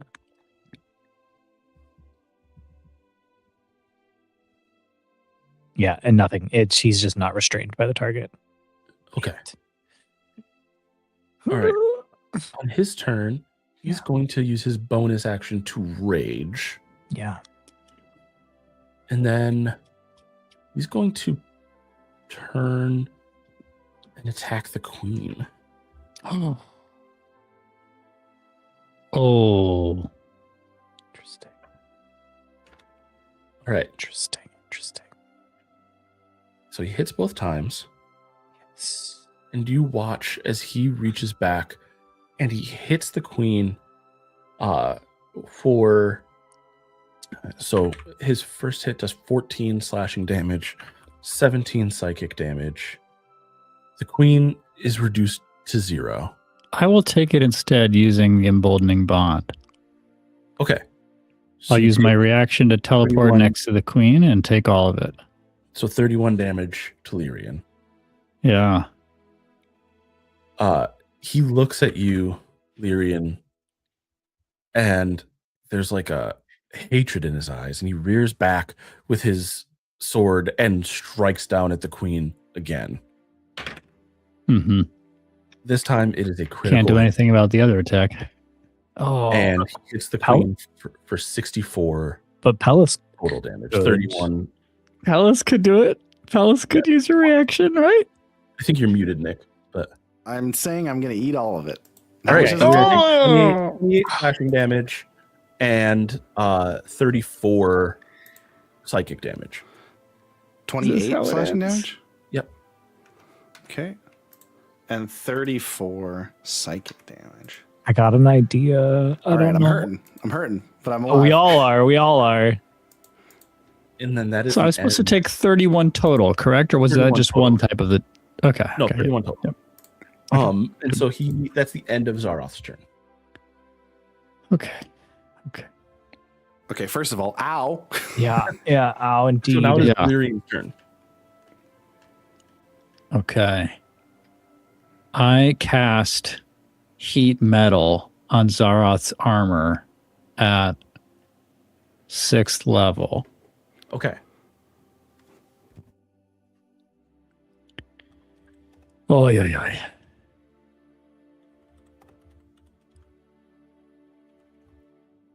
He's got heavy armor, correct? Yep. Okay. So yeah, it glows red hot. There's no roll, I think. except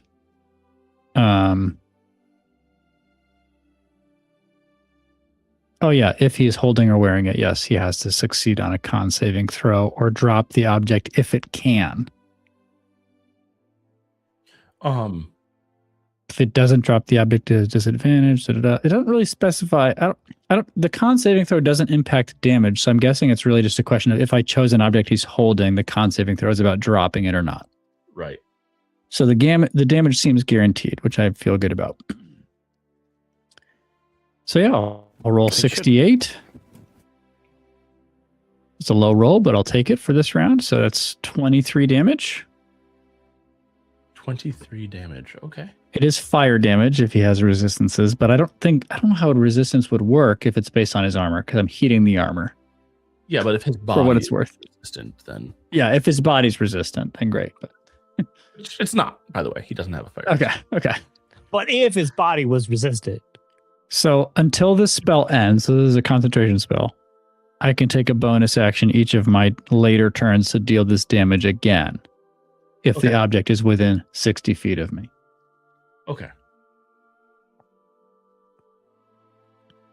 And he has...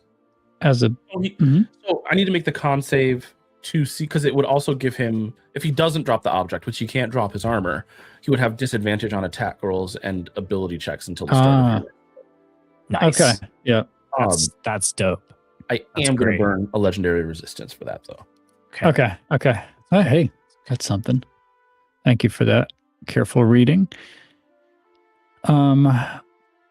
For my bonus action, I can't do Shillelagh because that is a spell, right? It's a cantrip, so it's a spell. No, cantrip does not count as a spell. Ah, okay. You can do a cantrip and a spell in a turn. It counts as a spell, but for that limit, it does not. Yeah. Weird ass game. 2 spell slots. Yep. Yeah, I'll I will cast Shillelagh. All right, cool. All right. Anything else on your turn? That's all. All right. It is the queen's turn. She looks around at all of you with fear in her eyes, and looks at you, Pellis, and she doesn't even seem cognizant of what you said to her, but she moves to run and try and hide behind you, provoking an attack of opportunity from Jared. Zara, why would you do that? Why would you do that? Because she's clearly not a trained combatant. She's a small, lithe, dexterous woman. And as any high court official would have, she has received some level of combat training. She's not particularly combat effective, but she knows how to move out of the way of a great sword. And so as Jared as Zara swings his blade at her, she sidesteps and moves around Pellis. Woo! That was awesome, Your Majesty. She actually is going to run. Oh, I don't know. She's not out the door, but she's there. She's on her way to the door. She's afraid. Okay. No, that's great. Then I had a plan on my turn. Well, it's your turn. Do a different plan. I'm going to have to now. Improvise. We're playing an improv game. I know. I had a plan. My plan. Well, it was a much more interesting plan, and now my plan is just to attack. Yeah, I hear you. I've felt that before. Sounds like a good plan to me. We do need to attack a lot, though. Yeah. I was just we were in a circle. The 4 of us were in a circle. I was just going to plane shift the 4 of us out. Oh, that was a great plan. I know. Great plan. I know. Great plan. And now it can't be done anymore. And he wouldn't have been able to follow you, too. He wouldn't have been able to follow us. So a little salt to that wound. Anyway, your turn. That's why I was like, why is she running away? All right. I guess I'll attack. All right. I guess I will attack. So I guess I'll drop the staff of the magi and pull out my scimitar. First attack. Emboldening bond, though. I will do that. Just in case. That's a 22. 6 to hit. That'll hit. That is 18 damage. And don't forget the 2d8 from my holy weapon. Oh, yes. 18. Oh, good rolls on that. What'd I say? 18? Add another 14 to that. Okay. Whoa. So 32. Yeah. And then scimitar number 2 is a 25 to hit. 25 will hit. Is 6 damage. Okay. And then bonus action hit with the scimitar of speed again. That is a 24 to hit. That'll hit. Don't forget the bonus damage. Oh, I'm not.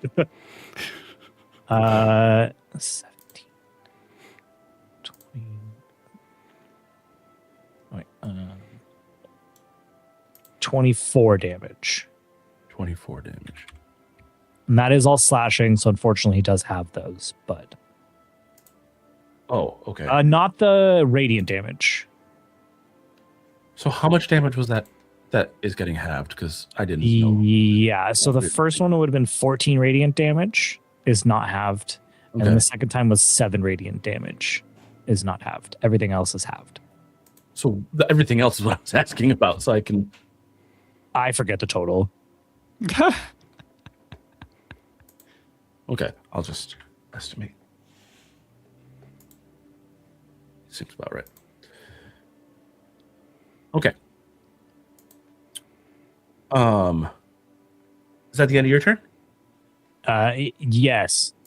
All right. At the end of your turn, he's actually going to swing at the earth elemental. Thank God. I mean, it's intangible, so... It doesn't matter for his specific sword. Interesting. Oh my God. And that is a 32 to hit. Again, there's not stats for this spell. It's Okay. It's not a creature like I'm conjuring a creature to fight with us. I understand. I understand. So anything that doesn't have a physical body, if it's just astral, his sword on a critical hit, which this was, just cuts its tether to whatever plane. Great. So it goes away. Perfect. Yep. Great. Yeah. Yep. Good. Yeah. Okay. I gotcha. Yeah. Okay. I can. Okay. Crackle-lackin'. But then it is Palace's turn. Okay. All right. Hey guys, you want a mass healing word? Yes. 'Cause that's what I want. Please. Holy shit. Okay. Mass healing word. Which I kind of wish wasn't a bonus action, but I guess we'll do what we have to do. Okay, so mass healing word. What? I will cast that at 4th level.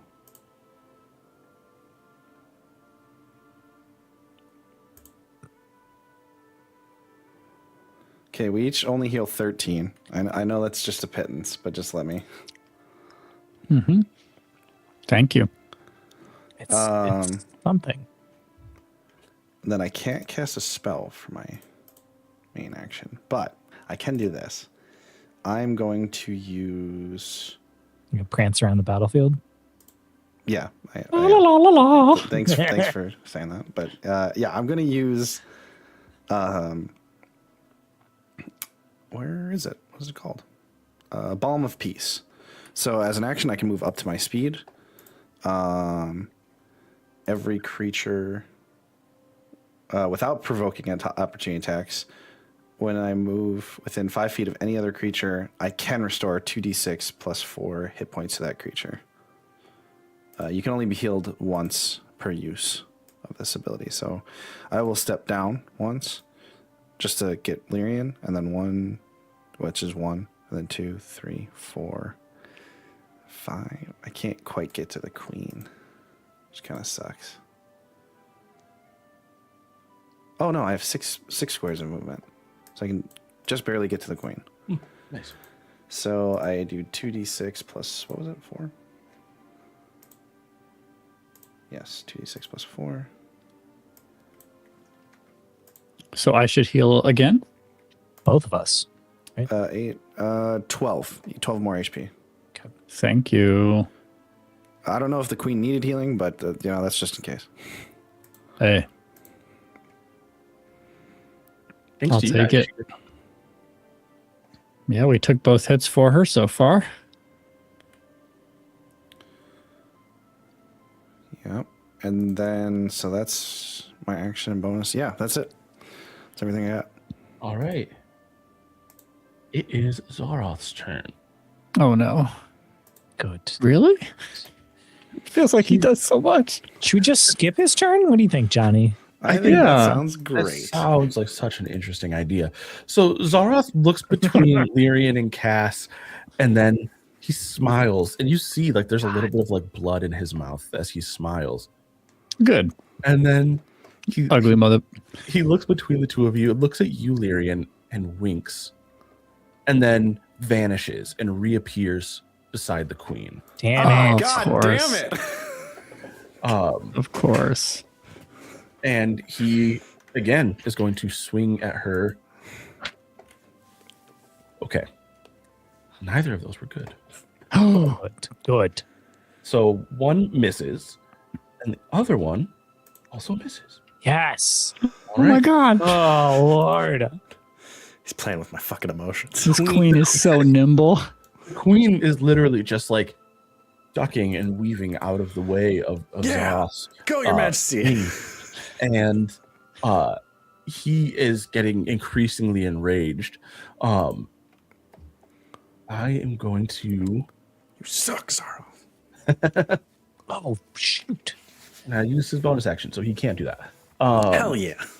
All right. So that is the end of Zaroth's turn. It is now. Were those reckless attacks? No. He doesn't have. It is now Lyrian's turn. All right. And I will. Reckless attacks. I thought he did a reckless attack on Cass. No, that was one of the whatchamacallums from the last battle. One of the bar. Whatchamacallums? Did a reckless attack against Oh, you. wow. Okay.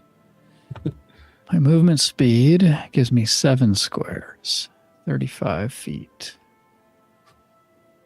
1, 2, 3, 4, 5, 6, 7.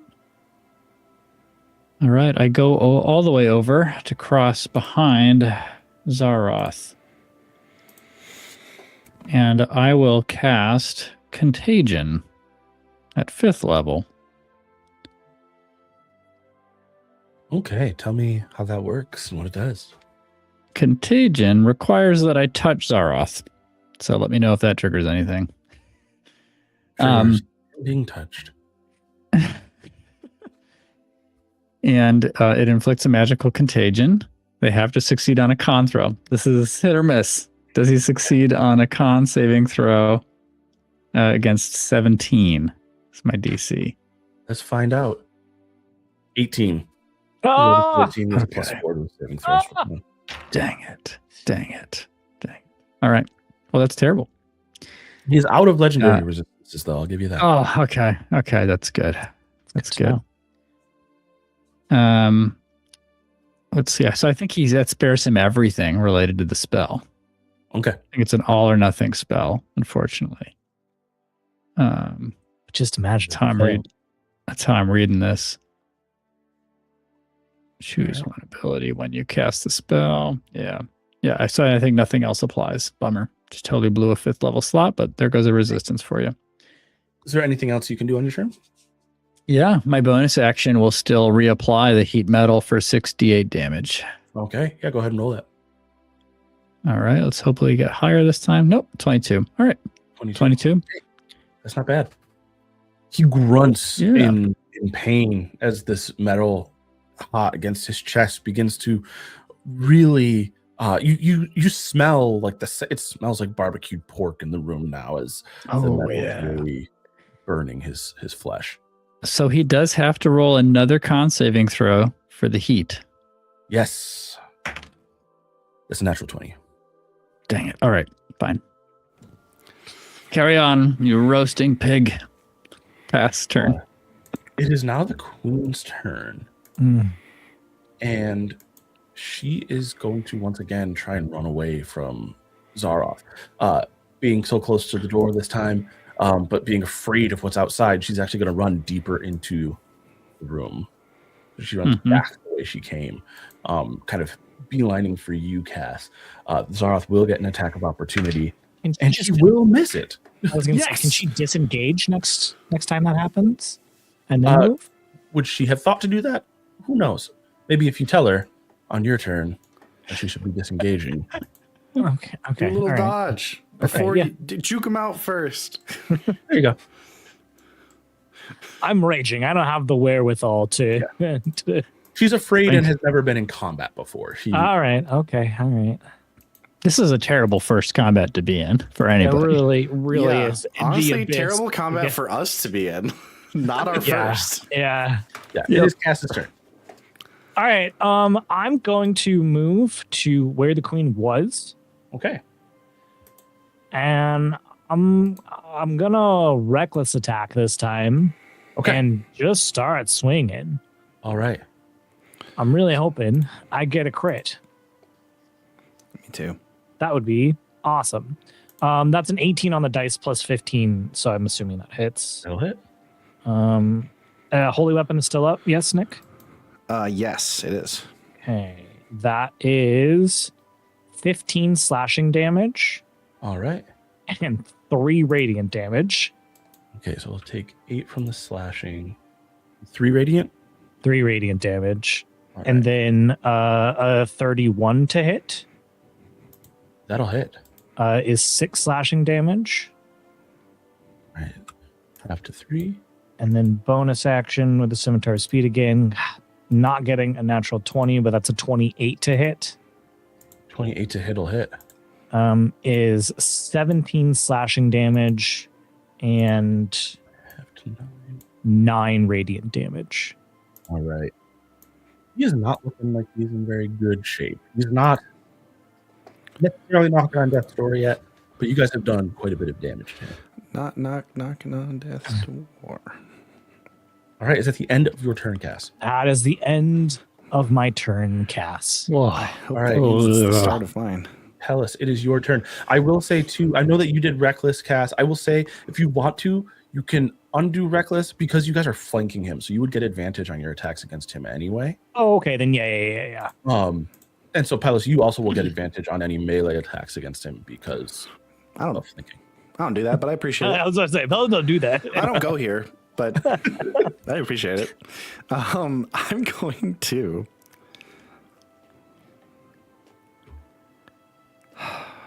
What am I going to do? I believe in you, buddy. Thank you. All right. Thanks. We got to. We're just going for it. Yeah, we got to go big. Yeah. Okay. I'm going to use a bonus action to release Holy Weapon. And so I need Big Boy to make a... Sorry, I have to find Holy Weapon in my spell list. It keeps getting longer. So I don't know where the spell is. Constitution saving throw. Yes, a con save. All right, that is a 20 total. Damn. So he saves, but he still takes damage. Okay. It's going to be 4d8 radiant damage. He also would have been blinded if he had failed, so I'm really sad that he succeeded on this one. 4d8. So 9 damage. That is halved already. Okay. 9 radiant damage. Cass, you do miss out on that. That's fine. So that's gone. That's fine. Then I'm going to use my action. So that wasn't to cast a spell. That was just to activate something about a spell that was already up. I'm going to use my action to cast the Spirit Guardians upscale. Yes, it does. I will cast Spirit Guardians at 4th level. Nice. When you cast a spell, you can designate creatures to be unaffected by it. I'm going to designate obviously Illyrian and Cass, but also the Queen. Be unaffected by it. Any other creature's speed is halved in the emanation, and whenever the emanation enters a creature space, and whenever a creature enters the emanation or ends its turn there, the creature must make a wisdom saving throw. So wisdom save, please. Okay. Natural 1. Nice. Oh, thank God. Nice. So if they are good or neutral, if I am good or neutral, they take 3d8 radiant damage. So that's going to be 3d8 radiant. 15 radiant damage. Okay. I also forgot to mention the new feat I picked up at this level was Slasher. So once per turn, when you hit a creature with slashing damage, I can reduce its speed by 10 feet. Okay. So his speed is 10 feet less. Well, it's also halved. And then halved. Yeah. Yep. Ooh, slashy. It's like you're taking out ligaments or something. Yes. Yep. So yeah, Spirit Guardians, it's going to be a bunch of like, I think Palace's version is just like a bunch of like I don't know. Is it like a Visage of Dystall? No, I think it's a lot of different like memories, like just like positive like times, like in you guys like see yourselves like echoed in it, and it's just like a bunch of these little like floating like holograms of like these things happening, and it surrounds him. And how large is the area? Let me check. Spirit Guardians, self. Oh, I do an extra D8 of damage. I forgot about that.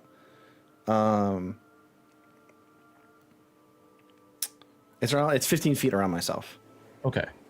Nice. It's a good range. Yeah.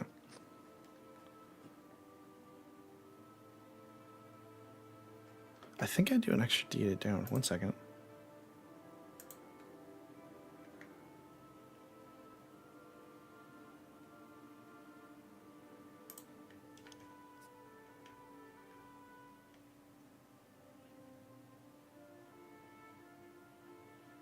Oh, no, I don't. Okay. Okay. Sorry. All right. Is that the end of your turn? Yes, that is the end of my turn. All right. It is Zaroth's turn. He's going to make an attack on Lyrian and then an attack on Palace. Damn. For Lyrian, that is a 29 to hit. That's a hit. And another 29 at Palace. Damn. No. That is 14 slashing damage and 17 psychic damage to each of you. 14. Okay. And 17. And I have to roll what to see if I keep concentration? You roll a con save. Con save, yeah. Okay. Is that 2 con saves or is it just 1 with 2 damage types? It's 1 with 2 damage types. Cool. All right, con save. Okay. And I can use High Emboldening save. Bond after the fact of seeing the result of my con save roll or before? Yes, because you can add it whenever you want. Or I don't know. Just use it. Nick, you rolled a 3? All right, I'm using it. No, It's a D4. I have advantage. I rolled a 16 the first time. Oh, okay. So I Nice. can't fail. Do I know what the DC is or is it a mystery? It's 10. the instance of damage. So You're right.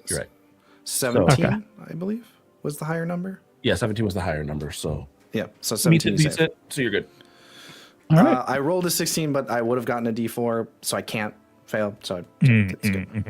Yep. We're both clear then on the save at least, but that's a lot of damage. I'm at 3 HP.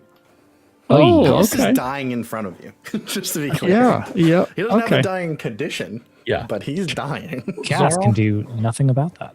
Tries it's to fine. push between you guys to get out of here. This is as far as he can go, but all Yeah. of you get attacks of opportunity. Yeah. Might as Will it do well. anything? No, but am I gonna roll an unarmed strike on him? Yes. I hit. Okay. Does a 14 hit? I know it doesn't. 14 doesn't hit, no.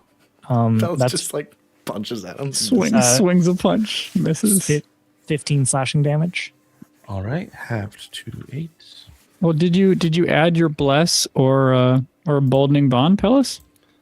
I literally can't do damage with a punch. Oh, okay. So it's not worth the time All right. that it would take. Yeah, that's fine. Is Lyrian taking an attack of opportunity? Yes. Might as well, Yeah. man. Yeah. But here's the thing. Oh wait, I'm rolling actually, I damage could by do accident. damage. Hold on. 1 second. DC for hit. Roll to hit first. Yeah, that's a nice one. 28. Yeah, Is 17 hit? 17 just misses. Damn. Yeah. But Sorry. wait, So yeah, Shalala damage answer to plus a D6 for necrotic. That'll be 9 with a moon sickle slash. All right, 9 damage. Nice. He's looking incredibly rough. You guys have got him on the ropes at this point. is he ending his turn there? He is. That's as far as he can move. Then Yeah, he thanks has to make, Cass. he has to make another con save All right. or wisdom save. Wisdom. Yeah, wisdom. Okay. Yeah. That is a natural 1. Yes. Amazing. 3d8. Let's go. May the beautiful on. memories of Come all your on. friends kill Zaroth Bloodblade. I mean, we Okay, just it's only 10. I rolled a 1 and a 2. Hey, 10's 10. That's great. if he was attacking us and not going after the queen, we would have died by now. Yeah, it is Lyrian's turn. Should we close session now, or do you think we're close enough, I guys? think we're close enough that you should take your turn. Okay. Okay. All right. Come on. I'm going to start with the bonus action of heat metal and see how well it does. Okay, do it. I'm gonna lead with that and roll the, what is it called? Yep, the 6d8 heat fire damage. Come on, good roll. 22 again. Keep getting the averages. Yep, 22. All right. Why don't you describe what it looks like as Zaroth clutches his burning Nice. breastplate and falls to the ground? Amazing. Oh my Yeah. God. I have 3 Yeah. HP left. I just picture that, like, he's half orc, right? Yeah. I just picture like the flesh turning, like the distinct like drying out and discoloration of like flesh being cooked, and that like discoloration spreading up towards his like neck and jaw until he just falls to his knees. And then as he lands forward on his face, just like a bit of soot around the edges of the joints of his armor, like implying like true ash in some parts. Oh. Now, because he is half orc, as this happens, Mm. you see him start to stir and push himself back up. Oh my god. Finish your turn. See if you can end this. He's now at 1 HP. I do have an action. Yeah. Yeah. I will bring my scythe high above my head and bring it down. May the moon sickle work for the final blow, please. I wonder, he's prone, so I have advantage on this Oh, you swing. do have advantage. Okay, Embolden- all right. Embolden, but add a d4. Yeah, yeah. Please I'll don't add a tell me. d4. Oh, miss. Since I rolled a 2, I will need all the 2 hits I need. Oh no, wait, I have advantage anyway. Let me do the second roll. Yeah. Oh, a 4. Great. All right. Yeah, it's not going to Oh. hit even after I add Oh. 2d4s or You whatever. rolled advantage, right? I rolled advantage. I rolled a 2 and a 4. You might get an 18 with I might. 2d4. Yeah. Yeah. Wait, Yeah. Oh, sorry. I 2d4 didn't see the +9. Yeah, sorry. So it's already based. So it's 13 to hit plus the 2d4. My bad. It's Sorry. only 1d4. It's only Oh, 1d4. then never mind. You won't. 1d4. Then never mind. Yeah, won't you're hit. right. 17 won't do it. 17 won't do Damn. it. So yeah, I miss this critical moment.